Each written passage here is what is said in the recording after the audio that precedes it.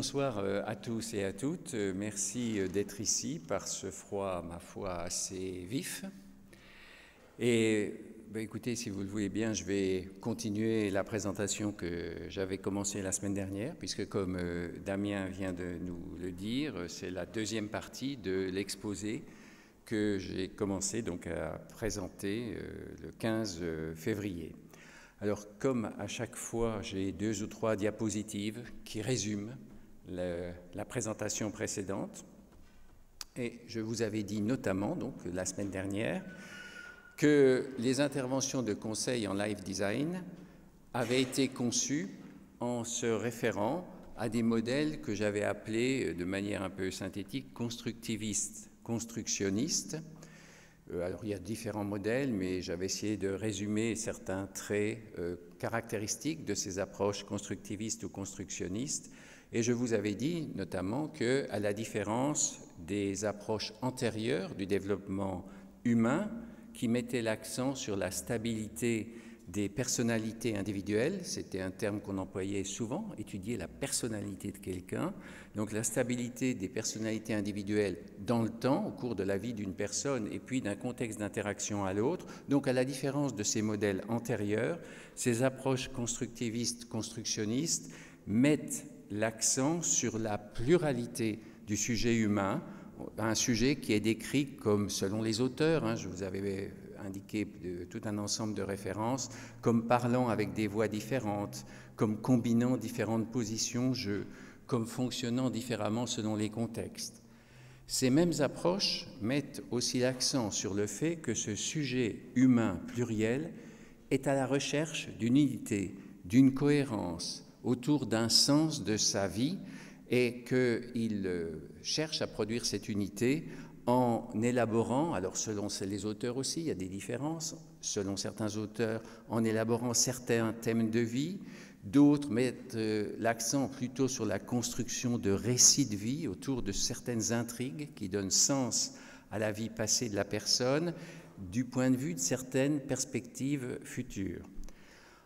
Enfin, ces approches, c'est selon mon résumé, parce que je n'évoque que quelques points, selon ces approches, eh bien, ces approches mettent l'accent sur le rôle médiateur des processus de construction de sens, de réinterprétation, de symbolisation, de dialogue et de divers modes de rapport à soi, à ses expériences, dans la détermination des conceptions de soi et des conduites individuelles. Ça veut dire tout bêtement que dans notre existence, nous n'agissons pas selon le modèle du conditionnement. C'est-à-dire que nous ne répétons pas de manière automatique ce que nous avons appris. Il y a un niveau intermédiaire, il y a une médiation. C'est ce point sur lequel insistent ces approches constructivistes et constructionnistes. Donc, toutes les interventions de conseil en live design ont ce cadre épistémologique commun. Les dialogues de conseil en live design, dont j'ai commencé à vous parler, ou dont je vais vous parler de manière plus développée aujourd'hui, ont été élaborés en se référant, vous ai-je dit, à une synthèse de travaux sur la construction de soi, c'est le modèle se faire soi. Et parmi ces travaux, je vous avais présenté ceux du sociologue Claude Dubar, dont l'un des concepts est celui d'offre identitaire. Selon Claude Dubar, vous ai-je dit la semaine dernière, nous vivons dans une société, chaque société présente une certaine offre identitaire, et par ce concept d'offre identitaire, Dubar désigne l'ensemble des catégories qui caractérisent les personnes individuelles, les groupes ou les collectifs sociaux, ainsi que des formes prototypiques de narration de vie individuelle qui ont cours à un moment donné dans une société donnée. Donc, dans ce modèle-là, dont je ne peux pas reprendre tout l'exposé de Dubar, il y a un point qui m'a semblé particulièrement important, c'est que Dubar décrit l'identité subjective, donc en partant de la notion d'offre identitaire, il arrive à la construction de l'identité subjective, et il décrit l'identité subjective comme un récit de la personne qui est le produit de ce qu'il appelle une transaction biographique. Il y avait, je ne sais pas si vous vous souvenez, transaction relationnelle, transaction biographique. Donc, la transaction biographique, qui importe pour nous aujourd'hui, c'est un processus par lequel l'individu relie ses différents actes d'appartenance, c'est-à-dire le fait de s'être reconnu ainsi à la suite de certaines interactions dans certains contextes, de rejet ou d'accommodation de certaines attributions stigmatisantes dans une totalité temporellement orientée qui unifie son parcours de vie en lui donnant une continuité et en l'ouvrant sur certaines perspectives d'avenir. Autrement dit, c'est une totalisation de ces différentes expériences, actes de reconnaissance de soi dans le temps, dans un axe temporel orienté. Alors, je vous avais dit aussi que la sociologie de Dubar présupposait que des choses se passent dans l'esprit des personnes, c'est-à-dire ce qu'il décrit. Pour que ce qu'il décrit advienne, il est nécessaire que l'offre identitaire donne lieu à la construction de structures mentales et de processus mentaux de traitement de l'information relative aux catégories sociales, relative à soi, etc. Et après une revue, en se fondant sur des revues de la littérature à ce sujet-là, je crois qu'on peut arriver à poser de manière assez ferme la double hypothèse suivante que je vous avais présentée la fois dernière. La multitude des expériences et événements qui marquent la vie de l'individu dans les contextes sociaux qui sont les siens le conduit à construire en mémoire un système de cadres cognitifs identitaires qui correspondent à l'organisation dans son esprit, donc une organisation qui est fonction des différentes expériences de la personne, d'un système de catégories et de catégorisation sociale et de modes de narration des vies individuelles en vigueur dans ces contextes sociaux. Donc c'est la première partie de l'hypothèse que j'avais présentée la fois dernière. Et dans ces mêmes contextes, l'individu construit dans son esprit un système de cadres cognitifs identitaires subjectifs. Vous voyez qu'il y a un mot en plus, là, c'est subjectif. Le premier, c'est le système de cadres cognitifs identitaires, qui est donc l'ensemble de la structure de mémorisation de l'offre identitaire d'une société telle qu'elle s'organise dans l'esprit d'une personne. Et maintenant, il y a cadre cognitif identitaire. Ce système, c'est le fondement cognitif en mémoire de ses perceptions de soi à cet individu et de ses conduites dans les différents contextes où il agit, interagit et dialogue. Et on en était arrivé à la dernière définition, c'est à peu près la dernière diapositive que j'ai passée la semaine dernière. La définition est la suivante. Un cadre cognitif identitaire subjectif est une vaste structure en mémoire à long terme organisant la mémorisation d'informations relatives à soi dans un certain contexte d'interaction. Autrement dit, c'est en fonction de cette structure-là que je vais agir, percevoir les choses dans ce contexte d'interaction. Cette structure inscrite dans le système des cadres cognitifs identitaires de l'individu est celle de l'organisation en mémoire de schémas de soi, de scripts d'action, d'images propres et sociales de soi, de sensations, d'affects, d'émotions, de sentiments, de soi possible, etc., dans le contexte considéré. Les cadres cognitifs identitaires subjectifs forment, sauf cas pathologique de soi dissocié ou de moi clivé, un système dans la mémoire à long terme de l'individu. Ce système est le substrat en mémoire à long terme de son identité subjective, que l'on va définir, je vais vous en parler par la suite, puisque c'est là-dessus qu'on va travailler lors des entretiens, des dialogues de conseil en live design, comme un système de forme identitaire subjective. Alors pourquoi cette hypothèse-là? Parce que donc cette hypothèse de l'existence en mémoire à long terme d'un système de cadres cognitifs identitaires subjectifs permet de rendre compte d'un certain nombre d'observations empiriques. Par exemple, celle que rapporte Michel Foucault dans un texte qu'il avait écrit quelques mois avant son décès. Il écrivait ceci: « Le sujet n'est pas une substance, c'est une forme », écrivait Michel Foucault en 1984. Et cette forme, c'est pour ça, là on arrive à l'élément important pour essayer de comprendre ce lien avec le système des cadres cognitifs identitaires subjectifs. Le sujet est une forme. Cette forme n'est pas partout ni toujours identique à elle-même. Vous n'avez pas à vous-même le même type de rapport lorsque vous vous constituez comme sujet politique qui va voter ou qui prend la parole dans une assemblée et lorsque vous cherchez à réaliser votre désir dans une relation sexuelle. Il y a sans doute des rapports et des interférences entre ces différentes formes du sujet, mais on n'est pas en présence du même type de sujet. Dans chaque cas, on joue, on établit avec soi-même des formes de rapports différentes. Donc on retrouve cette idée d'un sujet comme étant une multitude de formes, une multitude de modes de rapport à soi et à ses expériences. Alors, pour qu'un individu puisse se rapporter à lui-même ainsi, de manière différente, selon les contextes, selon les moments, il faut qu'il s'appuie sur quelque chose dans sa mémoire.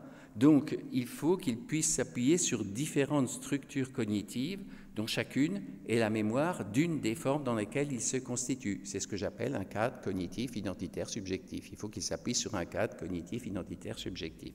Mais par ailleurs, il faut aussi que ces différentes structures soient reliées entre elles, c'est-à-dire qu'elles forment un système de cadres cognitifs identitaires subjectifs dans sa mémoire. Donc, on peut dire que la mémoire à long terme d'un individu, la mémoire à long terme de chacun de nous, comprend un agencement de structures cognitives dont chacune est relative à cet individu, à nous-mêmes, dans un de ces domaines d'expérience particuliers. Par exemple, quelqu'un peut dire moi, ingénieur, si c'est quelqu'un qui exerce le métier d'ingénieur, moi, ingénieur, par ailleurs, moi, père de famille, moi, militant syndical. Donc, à chaque fois, ça correspond à une certaine organisation en mémoire. Ou alors, et ça renvoie aussi à des expériences passées, moi, étudiant, moi, fils d'eux. Ça renvoie aussi à des anticipations. Pensez au concept de soi possible dont je vous avais parlé la semaine dernière. Moi, retraité animant un gîte rural en Lozère, par exemple. Voilà. Mais, donc, différentes structures, mais pour qu'un tel système soit unifié, c'est-à-dire pour que l'individu ne vive pas l'expérience subjective d'un soi divisé, pour reprendre l'expression de Ronald Ling, mais je pourrais parler aussi d'un moi clivé si j'utilisais le vocabulaire des psychanalystes, des liens cognitifs doivent exister dans sa mémoire à long terme entre ces différents cadres cognitifs identitaires subjectifs. Ils ne sont pas complètement indépendants, ils forment un système. Et ces relations entre les cadres cognitifs identitaires subjectifs se fondent sur certains attributs qui, dans un cadre cognitif identitaire subjectif donné, renvoie à d'autres cadres cognitifs identitaires subjectifs. Par exemple, la mémoire à long terme de cette personne qui se pense comme moi ingénieur peut inclure l'attribut suivant, excellent professionnel. C'est-à-dire que la personne peut se penser comme étant vraiment un très bon ingénieur. Ça arrive à certains d'entre nous de penser qu'ils sont bons. Bon, on peut imaginer que cet ingénieur pense qu'il est bon. Et cet attribut excellent professionnel peut être cognitivement relié aux attributs suivants, c'est-à-dire excellent professionnel aux dépens du temps consacré à l'éducation de mes enfants. Autrement dit, ça renvoie au cadre cognitif identitaire subjectif. Il peut aussi dire excellent professionnel dont toutes les qualités ne sont pas reconnues dans l'entreprise parce que je suis militant syndical. Donc ça renvoie aussi à un autre cadre cognitif subjectif identitaire en mémoire. Et certains de ces liens cognitifs révèlent en fait la structure à un moment donné du système des cadres cognitifs identitaires subjectifs, puisque si la personne dit par exemple excellent professionnel aux dépens du temps consacré à mes enfants, on voit bien que le cadre cognitif professionnel est central, plus important dans le système des cadres cognitifs identitaires subjectifs de la personne par rapport à moi père de famille qui est plus périphérique.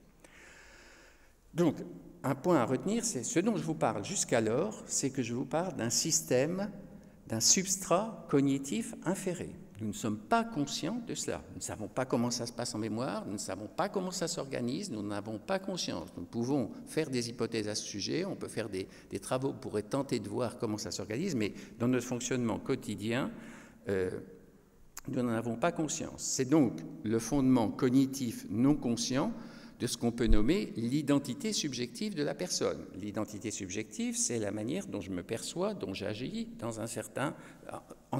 dans l'ensemble des contextes où j'interagis. Et cette identité subjective est plus ou moins consciente, mais elle est plus ou moins explicite, plus ou moins claire. Il y a des moments où elle est particulièrement claire, et il y a des moments où, au contraire, elle reste dans le flou, et ça correspond à l'ensemble des manières d'être, d'agir, de percevoir, de se percevoir, de percevoir autrui, de ressentir dans ces différents contextes, dans les différents contextes de vie, présents, passés ou anticipés, où nous agissons, avons agi ou espérons agir dans le futur. Donc, on va voir qu'on va définir l'identité subjective d'une personne comme son système dynamique de formes identitaires subjectives. Et c'est là-dessus qu'on va travailler lors des dialogues de conseil en live design. Donc, un système dont la personne peut prendre une conscience plus ou moins vive selon les contextes et les moments de son existence en s'appuyant sur son système de cadre identitaire subjectif qui, lui, est donc un substrat en mémoire à long terme. Alors, la relation entre une forme identitaire subjective et le cadre cognitif identitaire subjectif sous-jacent est celui d'une activation-actualisation. La conduite d'une personne dans une certaine situation, ce qu'elle perçoit, ce qu'elle ressent, la manière dont elle agit, est déterminée par une activation immédiate du cadre cognitif identitaire subjectif qui lui permet de décoder la situation. L'ingénieur fonctionne spontanément selon les dimensions de son cadre cognitif identitaire subjectif, moi ingénieur quand il est au travail. Donc ici, par exemple, moi je suis dans la forme identitaire subjective du prof qui fait une conférence ou qui anime un groupe auprès des stagiaires, etc. Et donc j'agis d'une certaine manière. Quand je suis chez moi, je ne parle pas exactement comme je parle maintenant. Je vous perçois d'une certaine manière. Si on se rencontrait à l'occasion d'une cérémonie de mariage, par exemple, parce que on n'interagirait pas de la même manière, je ne vous percevrais pas de la même manière. Vous-même, vous me percevez. Voilà, c'est à ça que ça renvoie. Hein. La conduite est déterminée par une activation immédiate du cadre cognitif identitaire. Je sais où je suis, immédiatement. Et je sais que j'ai des scripts d'action, des schémas de perception, voilà, qui s'activent automatiquement. Mais l'activation du cadre cognitif est indissociable d'une certaine actualisation du cadre, parce qu'aucune situation actuelle ne correspond en tout point aux éléments qui sont encodés. Les schémas ne sont pas exactement les mêmes, les personnes ne sont pas exactement les mêmes, etc.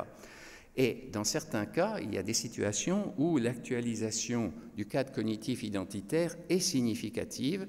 Par exemple, je poursuis toujours mon exemple avec l'ingénieur. Imaginons que l'ingénieur, donc, il fonctionne habituellement d'une certaine manière dans son travail, en fonction du cadre cognitif identitaire subjectif ingénieur, mais on recrute un nouveau supérieur hiérarchique. Donc, ça va introduire du changement. Donc, il va falloir accommoder. Là, on peut reprendre le terme de Piaget, d'accommodation et d'assimilation. Je ne sais pas si vous vous souvenez de cette terminologie de Piaget. Il avait formulé ça, j'ai vérifié, dès 1967. Donc, ça fait un bail, on va dire. Et donc, on peut dire que la construction et le fonctionnement de soi dans une certaine forme identitaire subjective, à un moment donné, conduisent à accommoder certains attributs du cadre cognitif identitaire subjectif en mémoire à long terme, et de telles accommodations sont ensuite assimilées par ce cadre cognitif qui s'en trouve de ce fait modifié. Donc vous voyez, le cadre cognitif, c'est une structure en mémoire, elle n'est pas fixe, elle évolue, mais elle évolue relativement lentement. Hein. C'est quand même un facteur de stabilisation, de stabilité, hein, le cadre cognitif identitaire subjectif. Sinon, si ça évoluait tout le temps, on ne se reconnaîtrait plus nulle part, on ne saurait plus comment agir, on ne reconnaîtrait plus rien, on serait perdu.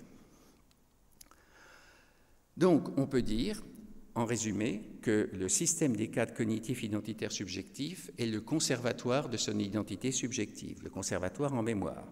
Il se transforme lentement.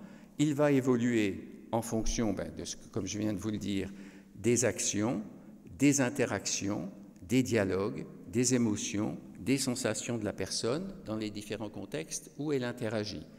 Il va aussi évoluer en fonction des transformations de l'offre identitaire de la société où il interagit, c'est-à-dire en se plaçant au point de vue des structures qui organisent la mémoire d'une personne, en fonction des transformations du système des cadres cognitifs identitaires de cette personne. Alors là, j'ai pris un exemple que j'ai emprunté à un ouvrage dont je vous avais dit que je le considère vraiment comme un grand ouvrage, le livre de Philippe Malrieux, La construction du sens dans les dires autobiographiques. Et il a analysé dans cet ouvrage tout un ensemble de dires autobiographiques ou de récits autobiographiques, et notamment le récit du général SS Otto Ollendorf, donc qui était à la tête de ce qu'on appelait un Einsatzgruppe, c'est-à-dire un général qui était chargé d'éliminer les populations civiles. Il ne faisait pas la guerre, son travail était d'éliminer. Il a revendiqué, au procès de Nuremberg, le fait d'avoir tué. Il l'a revendiqué, il n'a pas dit, justement c'est un cas intéressant, parce qu'il n'a pas dit comme d'autres chefs nazis, j'avais des chefs et tout ça. Il a dit, j'ai tué 90 000 personnes, essentiellement des femmes et des enfants.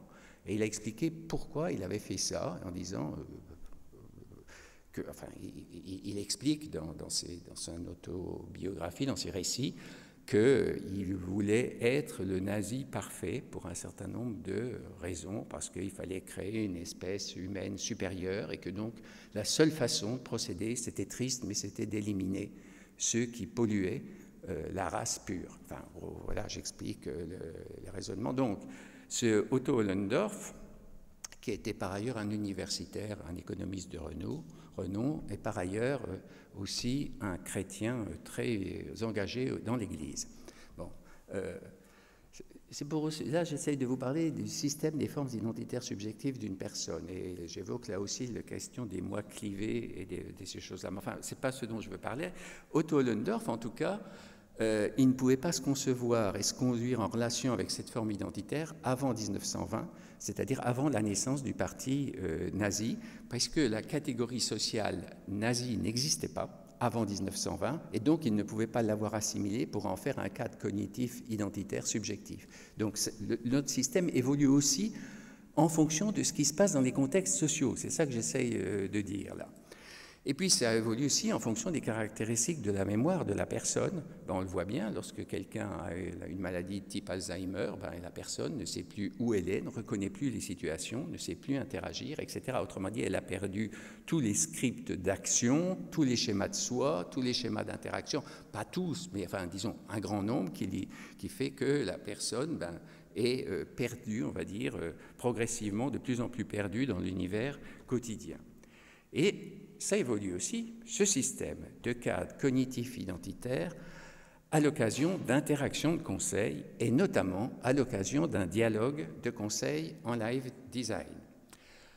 Je crois vous avoir déjà dit qu'un dialogue de conseil en live design vise à demander la personne qui s'adresse au conseiller, j'appelle cette personne un demandeur, puisque cette personne formule une demande, donc ça vise à aider cette personne, ce demandeur, à formuler des perspectives d'avenir à partir desquelles ce demandeur peut donner un sens à son identité subjective. Or, donc je viens de vous dire que l'identité subjective, ancrée dans un système de cadre cognitif identitaire, était décrit comme un système dynamique de formes identitaires subjectives, ancré donc dans ce système de cadre cognitif identitaire.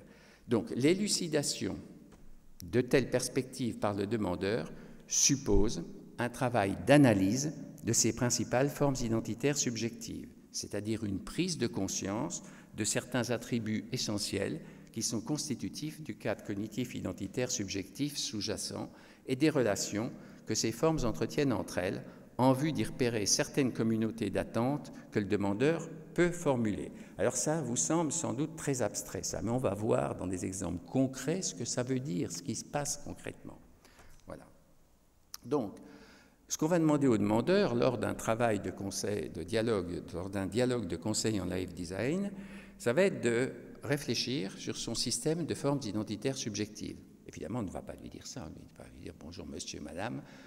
Nous allons passer une heure ensemble à réfléchir à votre système de formes identitaires subjectives. Mais en fait, pour nous, c'est ce que nous faisons, mais c'est la manière dont on en parle. Cette réflexion va produire une actualisation des différents cadres cognitifs identitaires subjectifs sous-jacents, et cette activation-actualisation peut produire des transformations de certains de ces cadres, et dans le cas où la réflexion du demandeur aboutit à la formulation de perspectives auxquelles il ne songeait pas, qui peuvent parfois être une véritable conversion, eh bien, une conversion existentielle, ça peut se traduire par un remaniement profond de son système de cadres cognitifs identitaires subjectifs. C'est ce qu'on va voir avec un exemple dans une petite heure, je pense. Donc, dans un dialogue de conseil en live design, on va aider la personne à parler de son système de formes identitaires subjectives. C'est ça que l'on va faire. Donc, l'identité subjective, vous ai dit, elle est décrite comme un système dynamique, autrement dit, ça bouge, c'est pas stable, ça bouge relativement, on va voir comment, on a vu qu'avec les cadres cognitifs identitaires, ça ne bougeait pas si facilement que ça, mais ça bouge, donc un système dynamique de formes identitaires subjectives.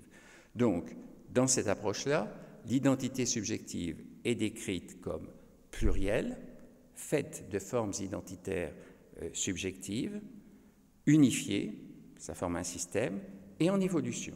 Donc voilà comment on décrit l'identité subjective.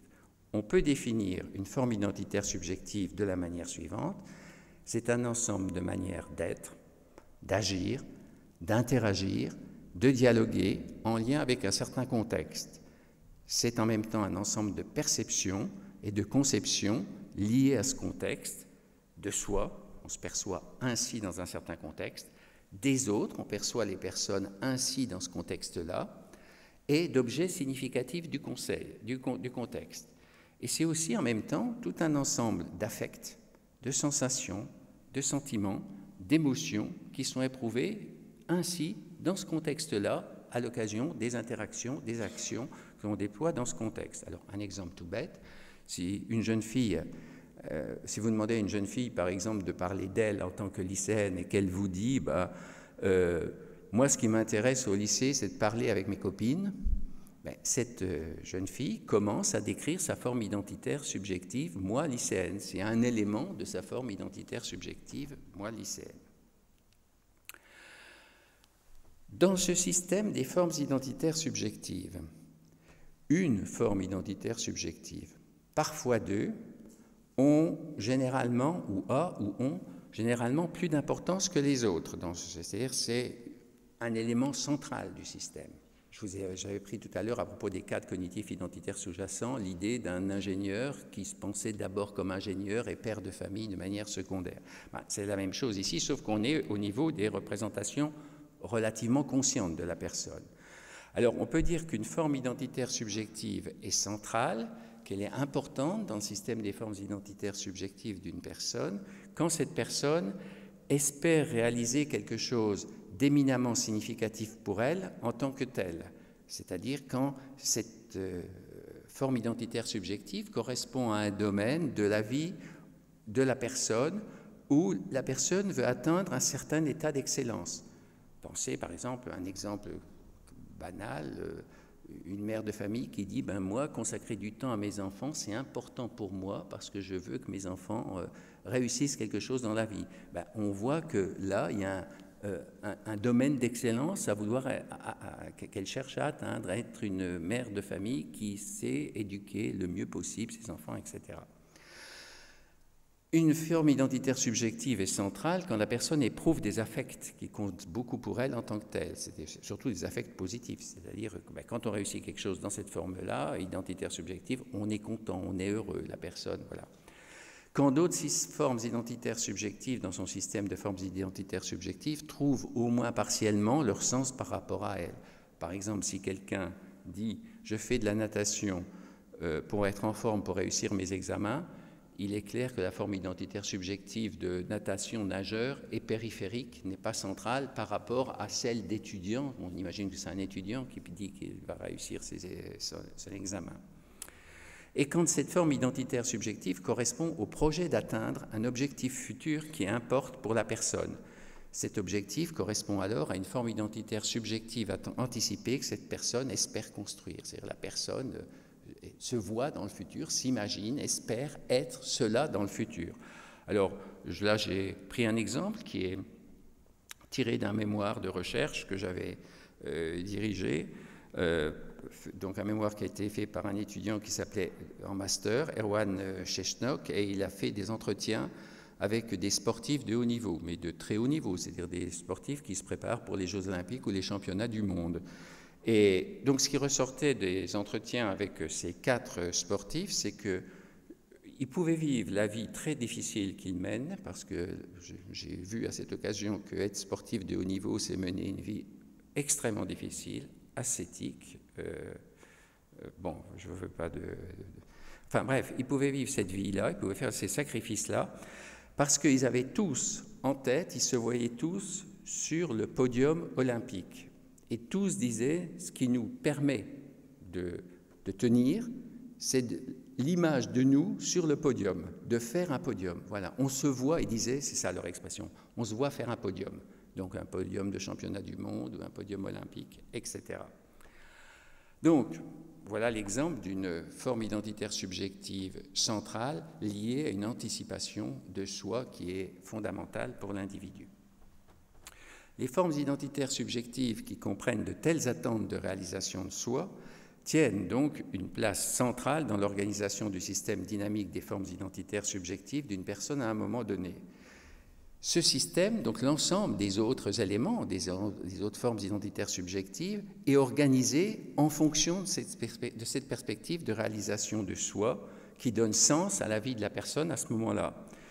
Et souvent, on observe, empiriquement, ce n'est pas obligatoire, mais souvent on observe que cette forme identitaire subjective centrale est reliée à une forme identitaire subjective passée qui a joué un rôle important dans la vie de la personne ou qui correspond à des attentes majeures relatives à cette personne de la part d'autres personnes qui comptent pour cet individu. Alors, par exemple, la plupart des sportifs de haut niveau dont je parlais tout à l'heure ont découvert leur sport et la compétition sportive dans leur sport par l'entremise d'un membre de leur famille, père, mère, oncle, etc. Par exemple, une jeune fille qui faisait de la course de fond, marathon ou semi-marathon, je ne sais plus, a dit dans l'entretien lors de l'entretien avec Erwan Chesnok, je n'étais pas né que je courais déjà sur les pistes dans le ventre de ma mère. Elle a dit ça. Vous voyez, donc on voit bien l'attente familiale qu'il y a autour de ça.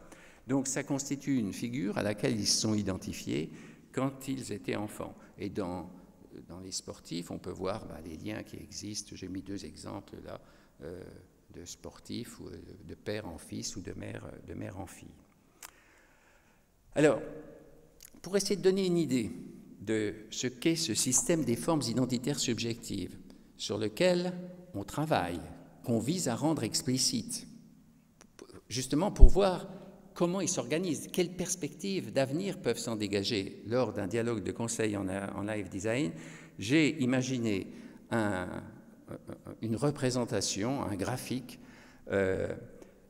qui pourrait donner une idée de ce qu'est le système des formes identitaires subjectives d'un jeune homme à l'issue d'un entretien de dialogue de conseil en live design.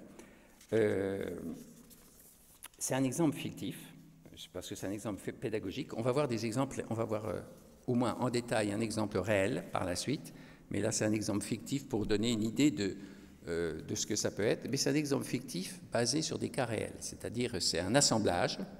Vous savez, c'est comme quand on n'a pas de grand vin, on fait un petit mélange et puis on vend ça en mettant une belle étiquette. Et bon, voilà, c'est ça, parce que c'est ça que j'ai fait. Donc c'est un assemblage à partir de cas réels décrits par Aziz Gelab dans un livre qui m'avait beaucoup intéressé, Scolarité et rapport au savoir en lycée professionnel. J'ai jamais compris pourquoi il n'y avait pas de S à rapport, parce qu'il décrit des rapports au savoir et pas un rapport au savoir. Et c'est justement l'intérêt de son livre, c'est qu'il décrit des rapports au savoir. Enfin bref.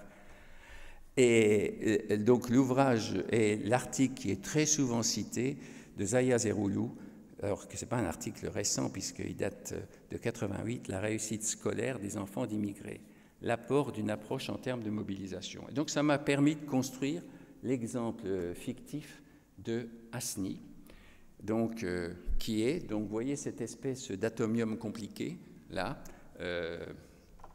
Au départ, c'était un atomium plus simple que j'avais fait, mais au fur et à mesure que j'ai été amené à réfléchir, j'ai compliqué l'atomium et ça ressemble de moins en moins à l'atomium.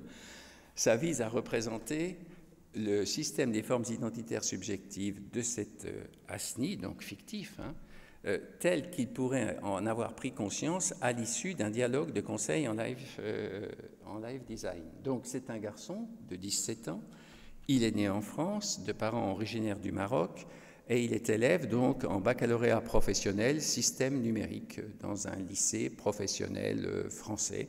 Autrement dit, c'est une formation, on va dire, qui est censée conduire à une insertion professionnelle, mais beaucoup ensuite essayent de continuer des études dans l'enseignement supérieur, ce qui n'est pas évident parce qu'ils ne sont pas vraiment jugés prioritaires dans l'enseignement supérieur en France par rapport à ceux qui ont fait des baccalauréats généraux ou des baccalauréats de technologie. Alors, dans ce schéma-là, vous voyez des espèces de cercles. chaque cercle représente une forme identitaire subjective. Donc chaque cercle représente une forme identitaire subjective. Au niveau intermédiaire, vous avez... alors je ne sais pas si je peux me servir de cet appareil-là pour faire... oh non, non, peut-être ça. Ah oui, regardez, ça marche, c'est formidable. Bien. Donc vous avez ici une sorte de triangle, on va dire, au niveau intermédiaire. Ben, ce triangle au niveau intermédiaire, donc formé par 4 cercles, ça correspond au domaine actuel d'expérience d'Asni, autrement dit à ces formes identitaires subjectives actuelles. Alors, vous voyez que l'une de ces formes identitaires subjectives est centrale. Alors, je l'ai appelée la forme identitaire subjective, moi, lycéen de baccalauréat professionnel système numérique, s'anticipant comme futur étudiant. Alors là, j'ai simplement repris une description qu'on trouve dans le livre de Aziz Djellab. Ça correspond à ce que Aziz Djellab nomme une forme réflexive de rapport au savoir, c'est-à-dire il a observé chez certains lycéens professionnels que certains d'entre eux s'investissent plus particulièrement dans les savoirs abstraits et dans le travail scolaire, plus que dans les situations d'atelier, que ces lycéens se jugent plutôt bons dans les disciplines abstraites, qu'ils valorisent le sentiment de compétence. Autrement dit, j'en ai fait la description d'un certain nombre de sentiments, d'asni, de représentation de soi, de schémas de soi, etc.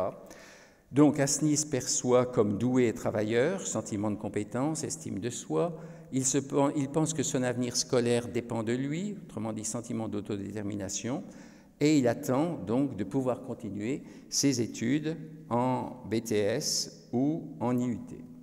Alors, toujours au niveau intermédiaire, vous avez donc d'autres cercles.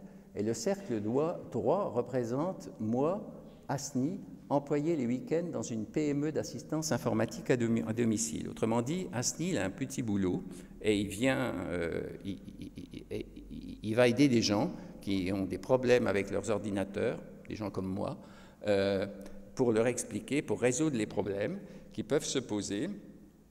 Et là, en faisant cela, il construit d'autres schémas de soi, d'autres scripts d'action différents de ceux qu'il construit dans l'univers scolaire. Par exemple, il se perçoit comme capable de diagnostiquer rapidement un problème. Il se perçoit comme étant capable aussi d'expliquer rapidement aux clients le problème. Il perçoit aussi que ses relations avec les clients sont bonnes et que d'ailleurs certains clients seraient prêts peut-être à lui donner une aide pour trouver un stage ou pour lui donner des informations, etc. Donc, vous voyez, il est donc là dans un autre mode de fonctionnement, un autre mode de rapport à soi, un autre mode de rapport, etc. Qu'au lycée professionnel. Bon, et puis j'ai mis dans l'exemple, mais je ne vais pas détailler ça, il y a d'autres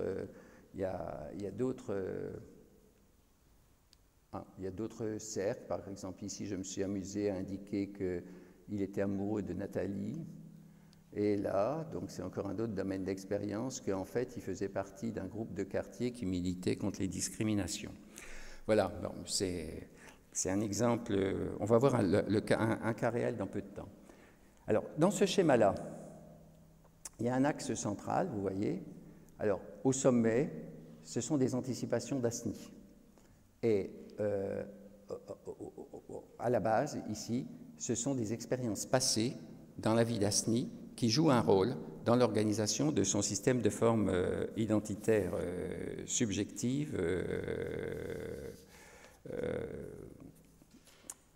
dans son système de forme identitaire subjective. Donc ici, par exemple, tout à fait ici, là en bas, c'est Asni, moi, fils d'immigrés du Maroc, attendant de la réussite scolaire de leurs enfants, intégration et ascension sociale. Alors ça, j'ai repris les descriptions qu'avait données Zaya Zeroulou dans son article de jeunes immigrés réussissant bien à l'école. Elle montre que ces jeunes sont souvent de familles qui sont arrivés ensemble, c'est-à-dire les deux immigrés sont arrivés ensemble de leur pays. Ils viennent de villes et pas de campagne. Ils ont été scolarisés, les parents, dans le pays d'origine. Donc ils arrivent en ayant déjà un certain nombre de connaissances. Ils viennent avec un projet d'installation et d'ascension sociale, si possible, pour leurs enfants dans le pays. Et donc Asni a été élevé, si j'ose dire, a été éduqué dans ce contexte-là. Et donc il s'est approprié ces attentes de ses parents, qui ont mis en place, comme le montre Zeroulou d'ailleurs, tout un ensemble de conduites visant à faciliter la scolarité des enfants. Par exemple, on éteint la télévision quand il y a des devoirs à faire. On essaye d'aller aux réunions parents, professeurs, alors pour essayer de voir un peu comment ça se passe. On montre un intérêt pour le travail des enfants, etc. Donc, Asni, il a vécu cela, et évidemment cette expérience-là informe encore son expérience scolaire présente d'élève de baccalauréat professionnel, système numérique. J'ai mis un autre cercle ici qui pourrait être, par exemple, mes expériences de jeunes dans ma cité à l'école. Alors, expérience de jeunes dans ma cité à l'école, les expériences de jeunes dans la cité, c'est des groupes qui existent, des interactions pas toujours simples avec la police. À l'école, pour Asni, c'est le souvenir d'un enseignant qu'il a admiré, un enseignant qui a passionné Asni pour sa discipline, pour ce qu'il faisait, pour ce qu'il représentait. Un enseignant qui a valorisé aussi Asni, qui a dit voilà, c'est pas mal ce que tu fais, etc. Et bien donc ça aussi, ça joue un rôle dans cette forme identitaire subjective centrale, moi, Asni, m'anticipant comme, alors là on arrive au futur, donc vous voyez il y a 3 anticipations dans le futur, dont une est centrale, donc c'est autour de cela que s'organise, c'est la perspective d'avenir qui habite Asni, donc il se voit étudiant en BTS ou en IUT informatique, voilà, c'est ce qu'il rêve, il aimerait entrer dans BTS. BTS, c'est une formation, alors BTS ou IUT en France, c'est une formation courte en 2 ans, qui est supérieure, qui n'est pas facile d'accès, c'est pas évident d'y entrer après un baccalauréat professionnel, ça devrait l'être, mais vu l'organisation chaotique du système scolaire français, ça ne l'est pas. Donc, c'est ça qui organise donc sa vie actuelle. C'est lié ici à une anticipation professionnelle. Il se verrait bien technicien en informatique. C'est aussi lié à d'autres attentes personnelles. Il se verrait bien en couple avec des enfants. Vous voyez, c'est relié à sa vie amoureuse là, avec Nathalie. Mais vous voyez bien que l'élément central pour le moment, dans ce schéma-là, c'est cette anticipation donc d'entrer dans une formation supérieure en informatique. Donc voilà, en gros, dans cet exemple fictif, comment on peut imaginer que quelqu'un pourrait se représenter son système des formes identitaires subjectives à l'issue d'un dialogue de conseil en life design. Alors, c'est fictif, et les systèmes de formes identitaires subjectives que les demandeurs élucident au cours de dialogues de ce type ne sont pas toujours aussi riches, aussi cohérents, ne sont pas toujours ordonnés autour d'une perspective unique qui articule de manière aussi claire les expériences passées et présentes avec des anticipations aussi nettes relatives à leur futur. Mais comme on va le voir, ces systèmes s'en rapprochent assez souvent. Donc, l'inconvénient du schéma que je vous ai présenté, c'est que, comme je vous l'ai dit un peu, ça ressemble à un vague atomium qui serait un peu de travers, quoi. Et un schéma de ce type, ça peut laisser croire que le système est une structure immuable, c'est-à-dire que ça ne bouge pas. À ma connaissance, l'atomium à Bruxelles, il ne bouge pas. Enfin, il n'est pas censé bouger. S'il bouge, c'est mauvais signe. Bon, donc, il y a 2 catégories de facteurs en interaction qui jouent un rôle dans la transformation du système des formes identitaires subjectives d'une personne, puisque vous voyez bien que le dialogue de conseil, ça va avoir pour objet d'aider la personne à prendre conscience de quelque chose ou à transformer éventuellement quelque chose en vue de la perspective future qu'elle va élucider progressivement au cours du dialogue. Alors, le système des formes identitaires subjectives d'une personne évolue en fonction des changements de son système de cadre cognitif identitaire, c'est-à-dire de l'évolution dans sa mémoire à long terme de l'organisation de ces informations relatives à l'offre identitaire des contextes sociétaux où il interagit. On peut reprendre l'exemple de Ollendorff, que j'avais déjà évoqué tout à l'heure. Ollendorff, il va adhérer au parti nazi qu'en 1925, alors que précédemment, dès l'âge de 16 ans, il avait adhéré au parti populaire allemand, l'ancêtre de la CDU, au parti donc, que dirigeait Gustav Stresemann à l'époque, en Allemagne, et donc c'est après qu'il est entré en 25, il entre au parti nazi, et en 26, il entre à la SS. Donc il a 19 ans quand il entre à la SS. C'est un jeune homme très très brillant, c'est ça qui est très, très interpellant en fait, dans ce cas. Lisez les écrits de Ollendorff et les analyses de Ollendorff par Philippe Malarieux. Donc, première catégorie de facteurs, ça évolue en fonction des contextes sociétaux et de l'offre identitaire, et puis ça évolue surtout, c'est ça qui va jouer un rôle, le système des formes identitaires subjectives d'une personne, en fonction de tous les changements et de toutes les expériences qui marquent le cours de la vie d'une personne et de la manière dont la personne va interpréter, symboliser, ressentir ces différents changements. Comme vous le savez, le cours de la vie d'une personne, de notre vie à tous, est marqué par des apprentissages, des rencontres, des événements, des changements, des maturations, des réussites, des échecs, des accidents, un vieillissement, etc. Tout ça, ça forme les expériences de vie de la personne. Et ces expériences jouent un rôle fondamental dans la transformation du système de formes identitaires subjectives de la personne. Ça joue un rôle direct. Par exemple, à cause d'un accident, une personne doit renoncer à exercer le travail qu'elle exerçait, ça peut être comme le cas. Mais ça joue aussi un rôle de manière indirecte, puisque en fonction de la manière dont la personne va se rapporter à l'expérience en question, la ressent, l'interprète, en relation avec la forme de réflexivité qu'elle privilégie alors. Autrement dit, il y a l'événement et il y a la manière dont la personne va s'y rapporter. Les deux choses jouent. L'événement joue directement et il joue par le mode de rapport que la personne a à l'événement. Et on peut distinguer deux sortes de réflexivité, justement deux manières que nous avons de nous rapporter à ce qui nous arrive. Il y a la réflexivité duelle. Alors, la réflexivité duelle, je vous en ai déjà parlé sans utiliser le mot, c'est l'exemple des sportifs de haut niveau dont j'ai parlé tout à l'heure qui se voyaient sur un podium. Autrement dit, ils interprètent leur expérience actuelle du point de vue de la perspective d'être sur le podium des Jeux Olympiques ou des Championnats du monde. Ils se voient faire un podium.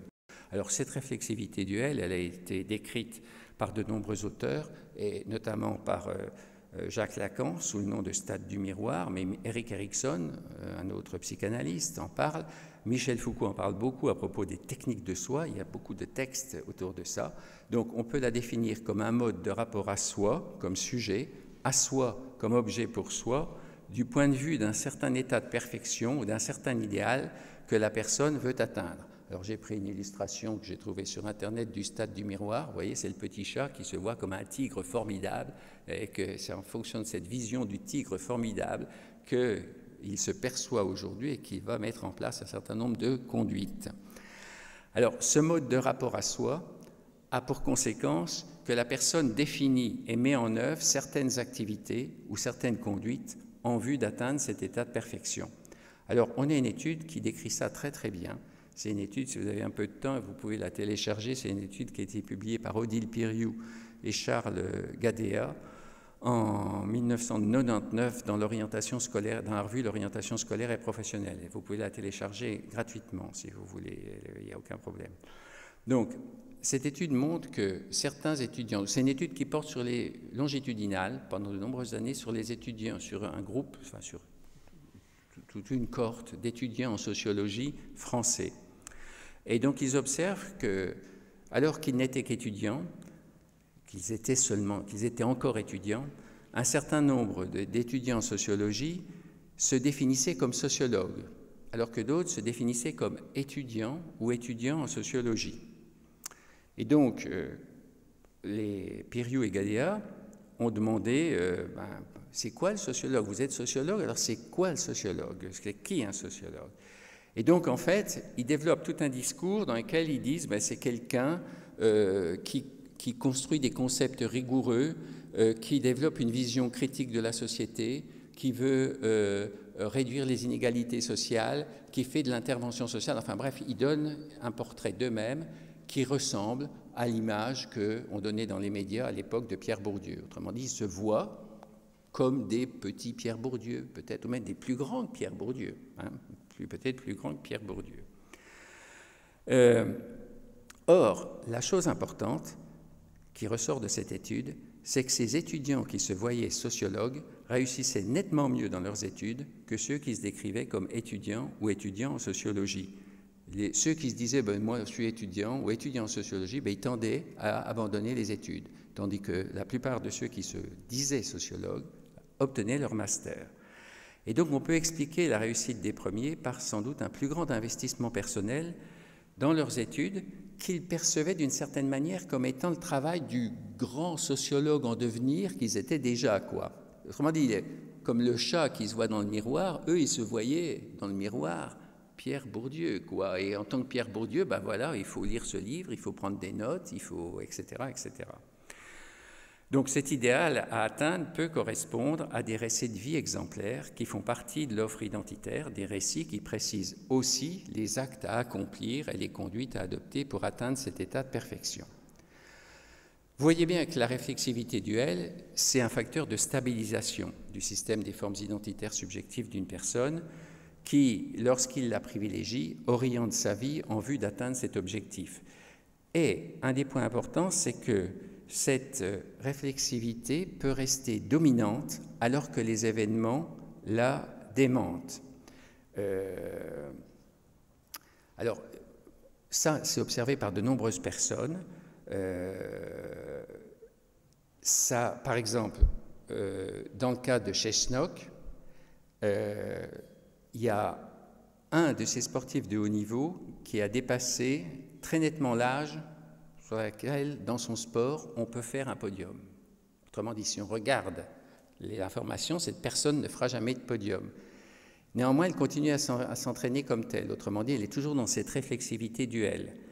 Et donc, il se passe ce que Dumora a décrit lorsqu'elle a observé des populations de collégiens. Bernadette Dumora, c'est une collègue de Bordeaux qui a fait de très nombreuses études par entretien sur des lycéens, des collégiens et des étudiants tout au long de sa carrière. Et elle montre que certains jeunes sont dans ce qu'elle appelle une logique de l'illusion.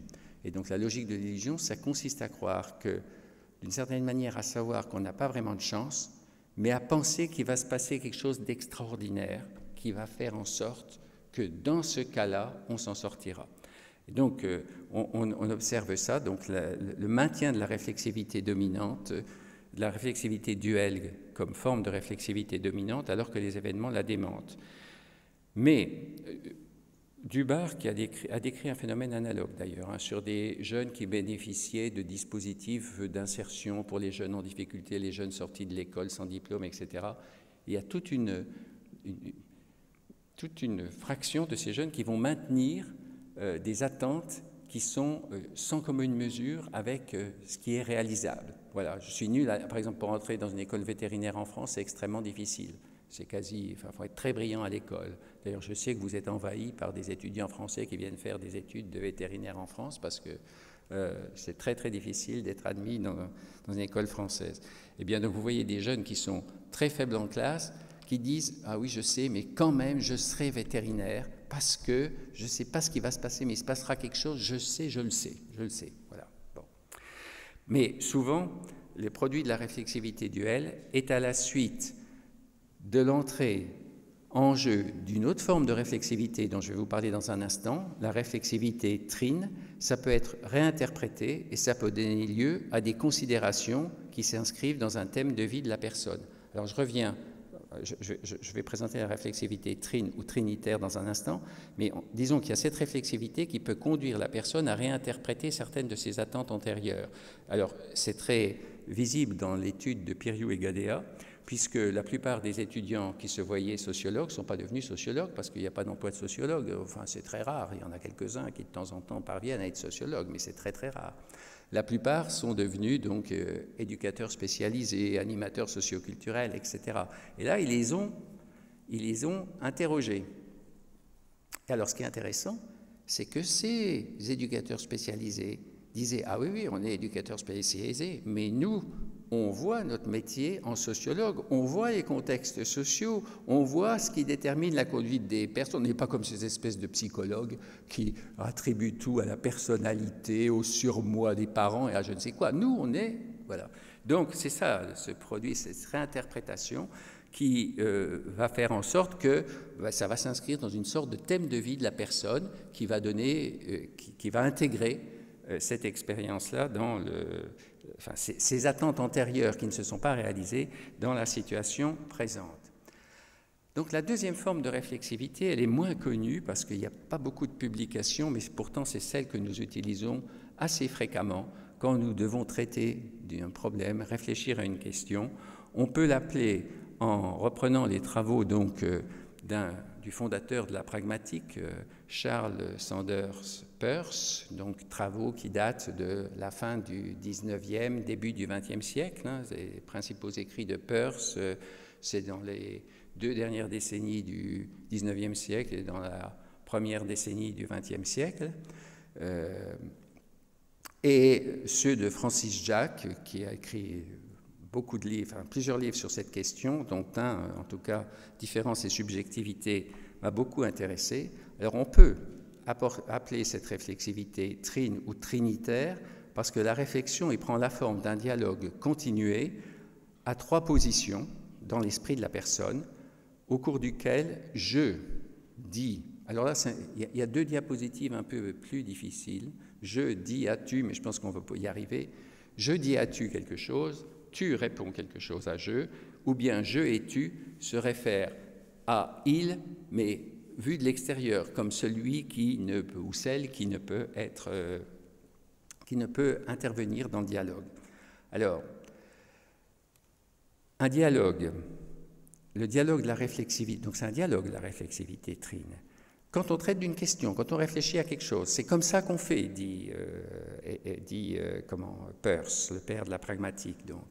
Le dialogue de la réflexivité trine peut être intra-individuel. Donc je réfléchis à une question et je me dis quelque chose, puis je vais me dire et je vais reprendre le quelque chose en disant mais non, il y a ci et ça. Donc je suis dans ce dialogue avec moi-même ou inter-individuel.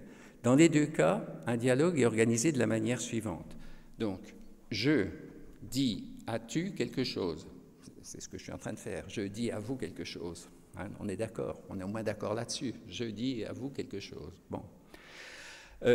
Tu, en l'occurrence vous, comprends quelque chose à propos du quelque chose que je vous dis. Imagine que vous avez compris quelque chose. Peut-être qu'il nous ennuie vraiment Guichard avec ces trucs-là, vraiment, c'est peut-être ça que vous avez compris. Je ne sais pas ce que vous avez compris, c'est ça le problème. C'est ça le problème de la réflexivité trine. Je ne sais pas ce que vous avez compris. Et quand on dialogue avec nous-mêmes, on ne sait pas exactement ce qu'on a dit. Alors un point important, c'est que ce que tu comprends du quelque chose que je a énoncé a été nommé par Peirce son interprétant.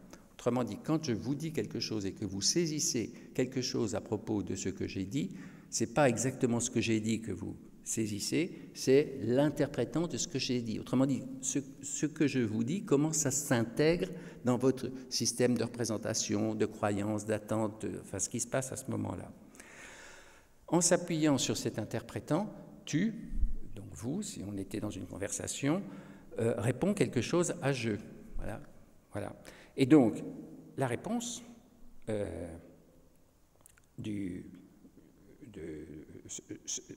cette réponse du tu au je va produire un interprétant dans l'esprit de je. Donc, on échange des interprétants. On échange sans arrêt des interprétants, et ainsi de suite.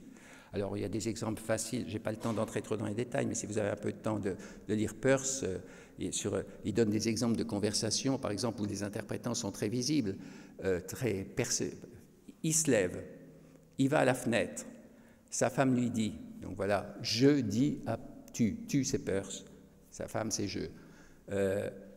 Quel temps fait-il? Il regarde et il dit, tu ne pourras pas aller au jardin aujourd'hui. Donc là, on voit bien qu'il y a un interprétant très net, il est très visible, puisqu'il y a tout un tas de savoirs pour répondre ça, etc. Voilà. Alors, un dialogue interindividuel est toujours en même temps intra-individuel. Donc, je suis en train d'essayer de commencer à vous expliquer ce qui se passe là dans un dialogue de conseil en live design. Quand je dis quelque chose à tu, je suis obligé de me placer d'une certaine manière au point de vue que je ne peux pas atteindre de mon interlocuteur. Je me demande toujours si tu comprends bien ce que je veux dire. Je suis obligé de me poser cette question-là. Autrement dit, je considère ce qu'il dit du point de vue de ses potentielles compréhensions par d'autres tu, dont celui de l'interlocuteur. D'abord celui de l'interlocuteur, mais éventuellement d'autres tu qui ne sont pas là. Donc, tant dans les dialogues interindividuels qu'intra-individuels, à chaque tour de parole, il y a un écart qui se produit dans l'esprit de la personne qui dialogue entre ce que je dis et ce que je entends qu'il pourrait avoir dit du point de vue de divers tu. Voilà, il y a un certain décalage entre ce que je dis et ce que je me demande bien qu'on a pu entendre de ce que j'ai dit. Et ces différents tu dans l'esprit de la personne, ça peut être donc tu, la personne avec qui le jeu dialogue, l'interlocuteur réel ici, là, celui à qui je m'adresse, qu'est-ce qu'il a bien pu comprendre, celui-là?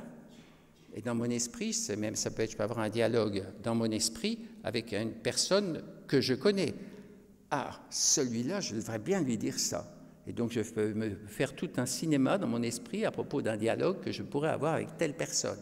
Et on va voir que c'est une grande différence avec les dialogues de conseil en live design. Tu, ça peut être une autre personne réelle de l'entourage qui pourrait comprendre quelque chose ou a effectivement déjà compris quelque chose.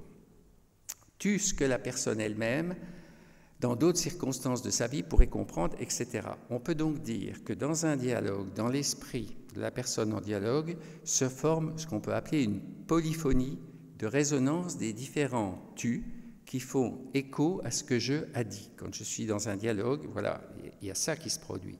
Et ces résonances suscitent chez cette personne des affects, alors plus ou moins intenses, plus ou moins forts, qui peuvent varier en nature.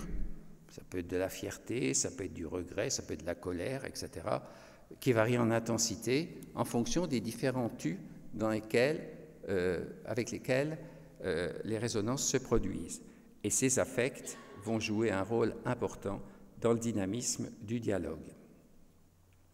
Et donc la réflexivité trine, elle est particulièrement mobilisée lorsqu'une personne s'interroge sur des perspectives futures qui pourraient donner sens à sa vie, et notamment lorsque le discours intérieur, qui organise habituellement la vie et les rapports au monde d'une personne, c'est-à-dire son système de formes identitaires subjectives, se révèle insuffisant pour faire face à une transition, lorsqu'elle ne sait pas vraiment comment elle pourrait procéder, etc. La personne doit alors, d'une certaine manière, réécrire la grammaire de ce discours, et elle va s'engager dans des dialogues avec elle-même, avec des proches ou avec un conseiller. Et ces dialogues vont la conduire à narrer certaines expériences, certains événements, certaines pensées, certaines émotions de sa vie passée, présente ou éventuellement future. Et la narration de chacune de ces expériences, lors d'un dialogue, va l'ouvrir à une multiplicité de nouvelles significations potentielles et va provoquer des affects plus ou moins variés, plus ou moins intenses chez la personne qui la narre. Et ce phénomène-là, puisqu'on va narrer différentes expériences, on va éprouver certaines choses en les rapportant, eh bien ça va permettre des rapprochements qui peuvent être fondés sur une similarité perçue des expériences. Subitement, on se dit « Ah, mais oui, c'est vrai, je fais ça maintenant, mais j'avais déjà fait ça, ça me rappelle ci et ça. » Donc là, c'est simplement une similarité perçue. Ou ça peut être, au contraire, ça peut être aussi ou en même temps des affects, on éprouve quelque chose, voilà, le fait de parler de ça, ça génère certains affects. Ça peut conduire à faire des distinctions entre des catégories d'expériences, ou ça peut conduire à des prises de position du narrateur. Finalement, on éprouve quelque chose et on s'est dit, non, ça ne peut plus durer, ça, c'est fini.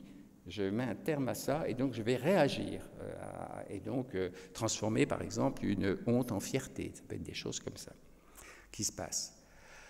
Alors, ce qui se passe dans un dialogue comme ça, où la personne réfléchit donc à des perspectives d'avenir, à comment sortir d'une certaine situation, c'est que chacune des expériences qui est narrée va être en quelque sorte décontextualisée, désenchâssée de certaines des circonstances de vie particulières où elle advint.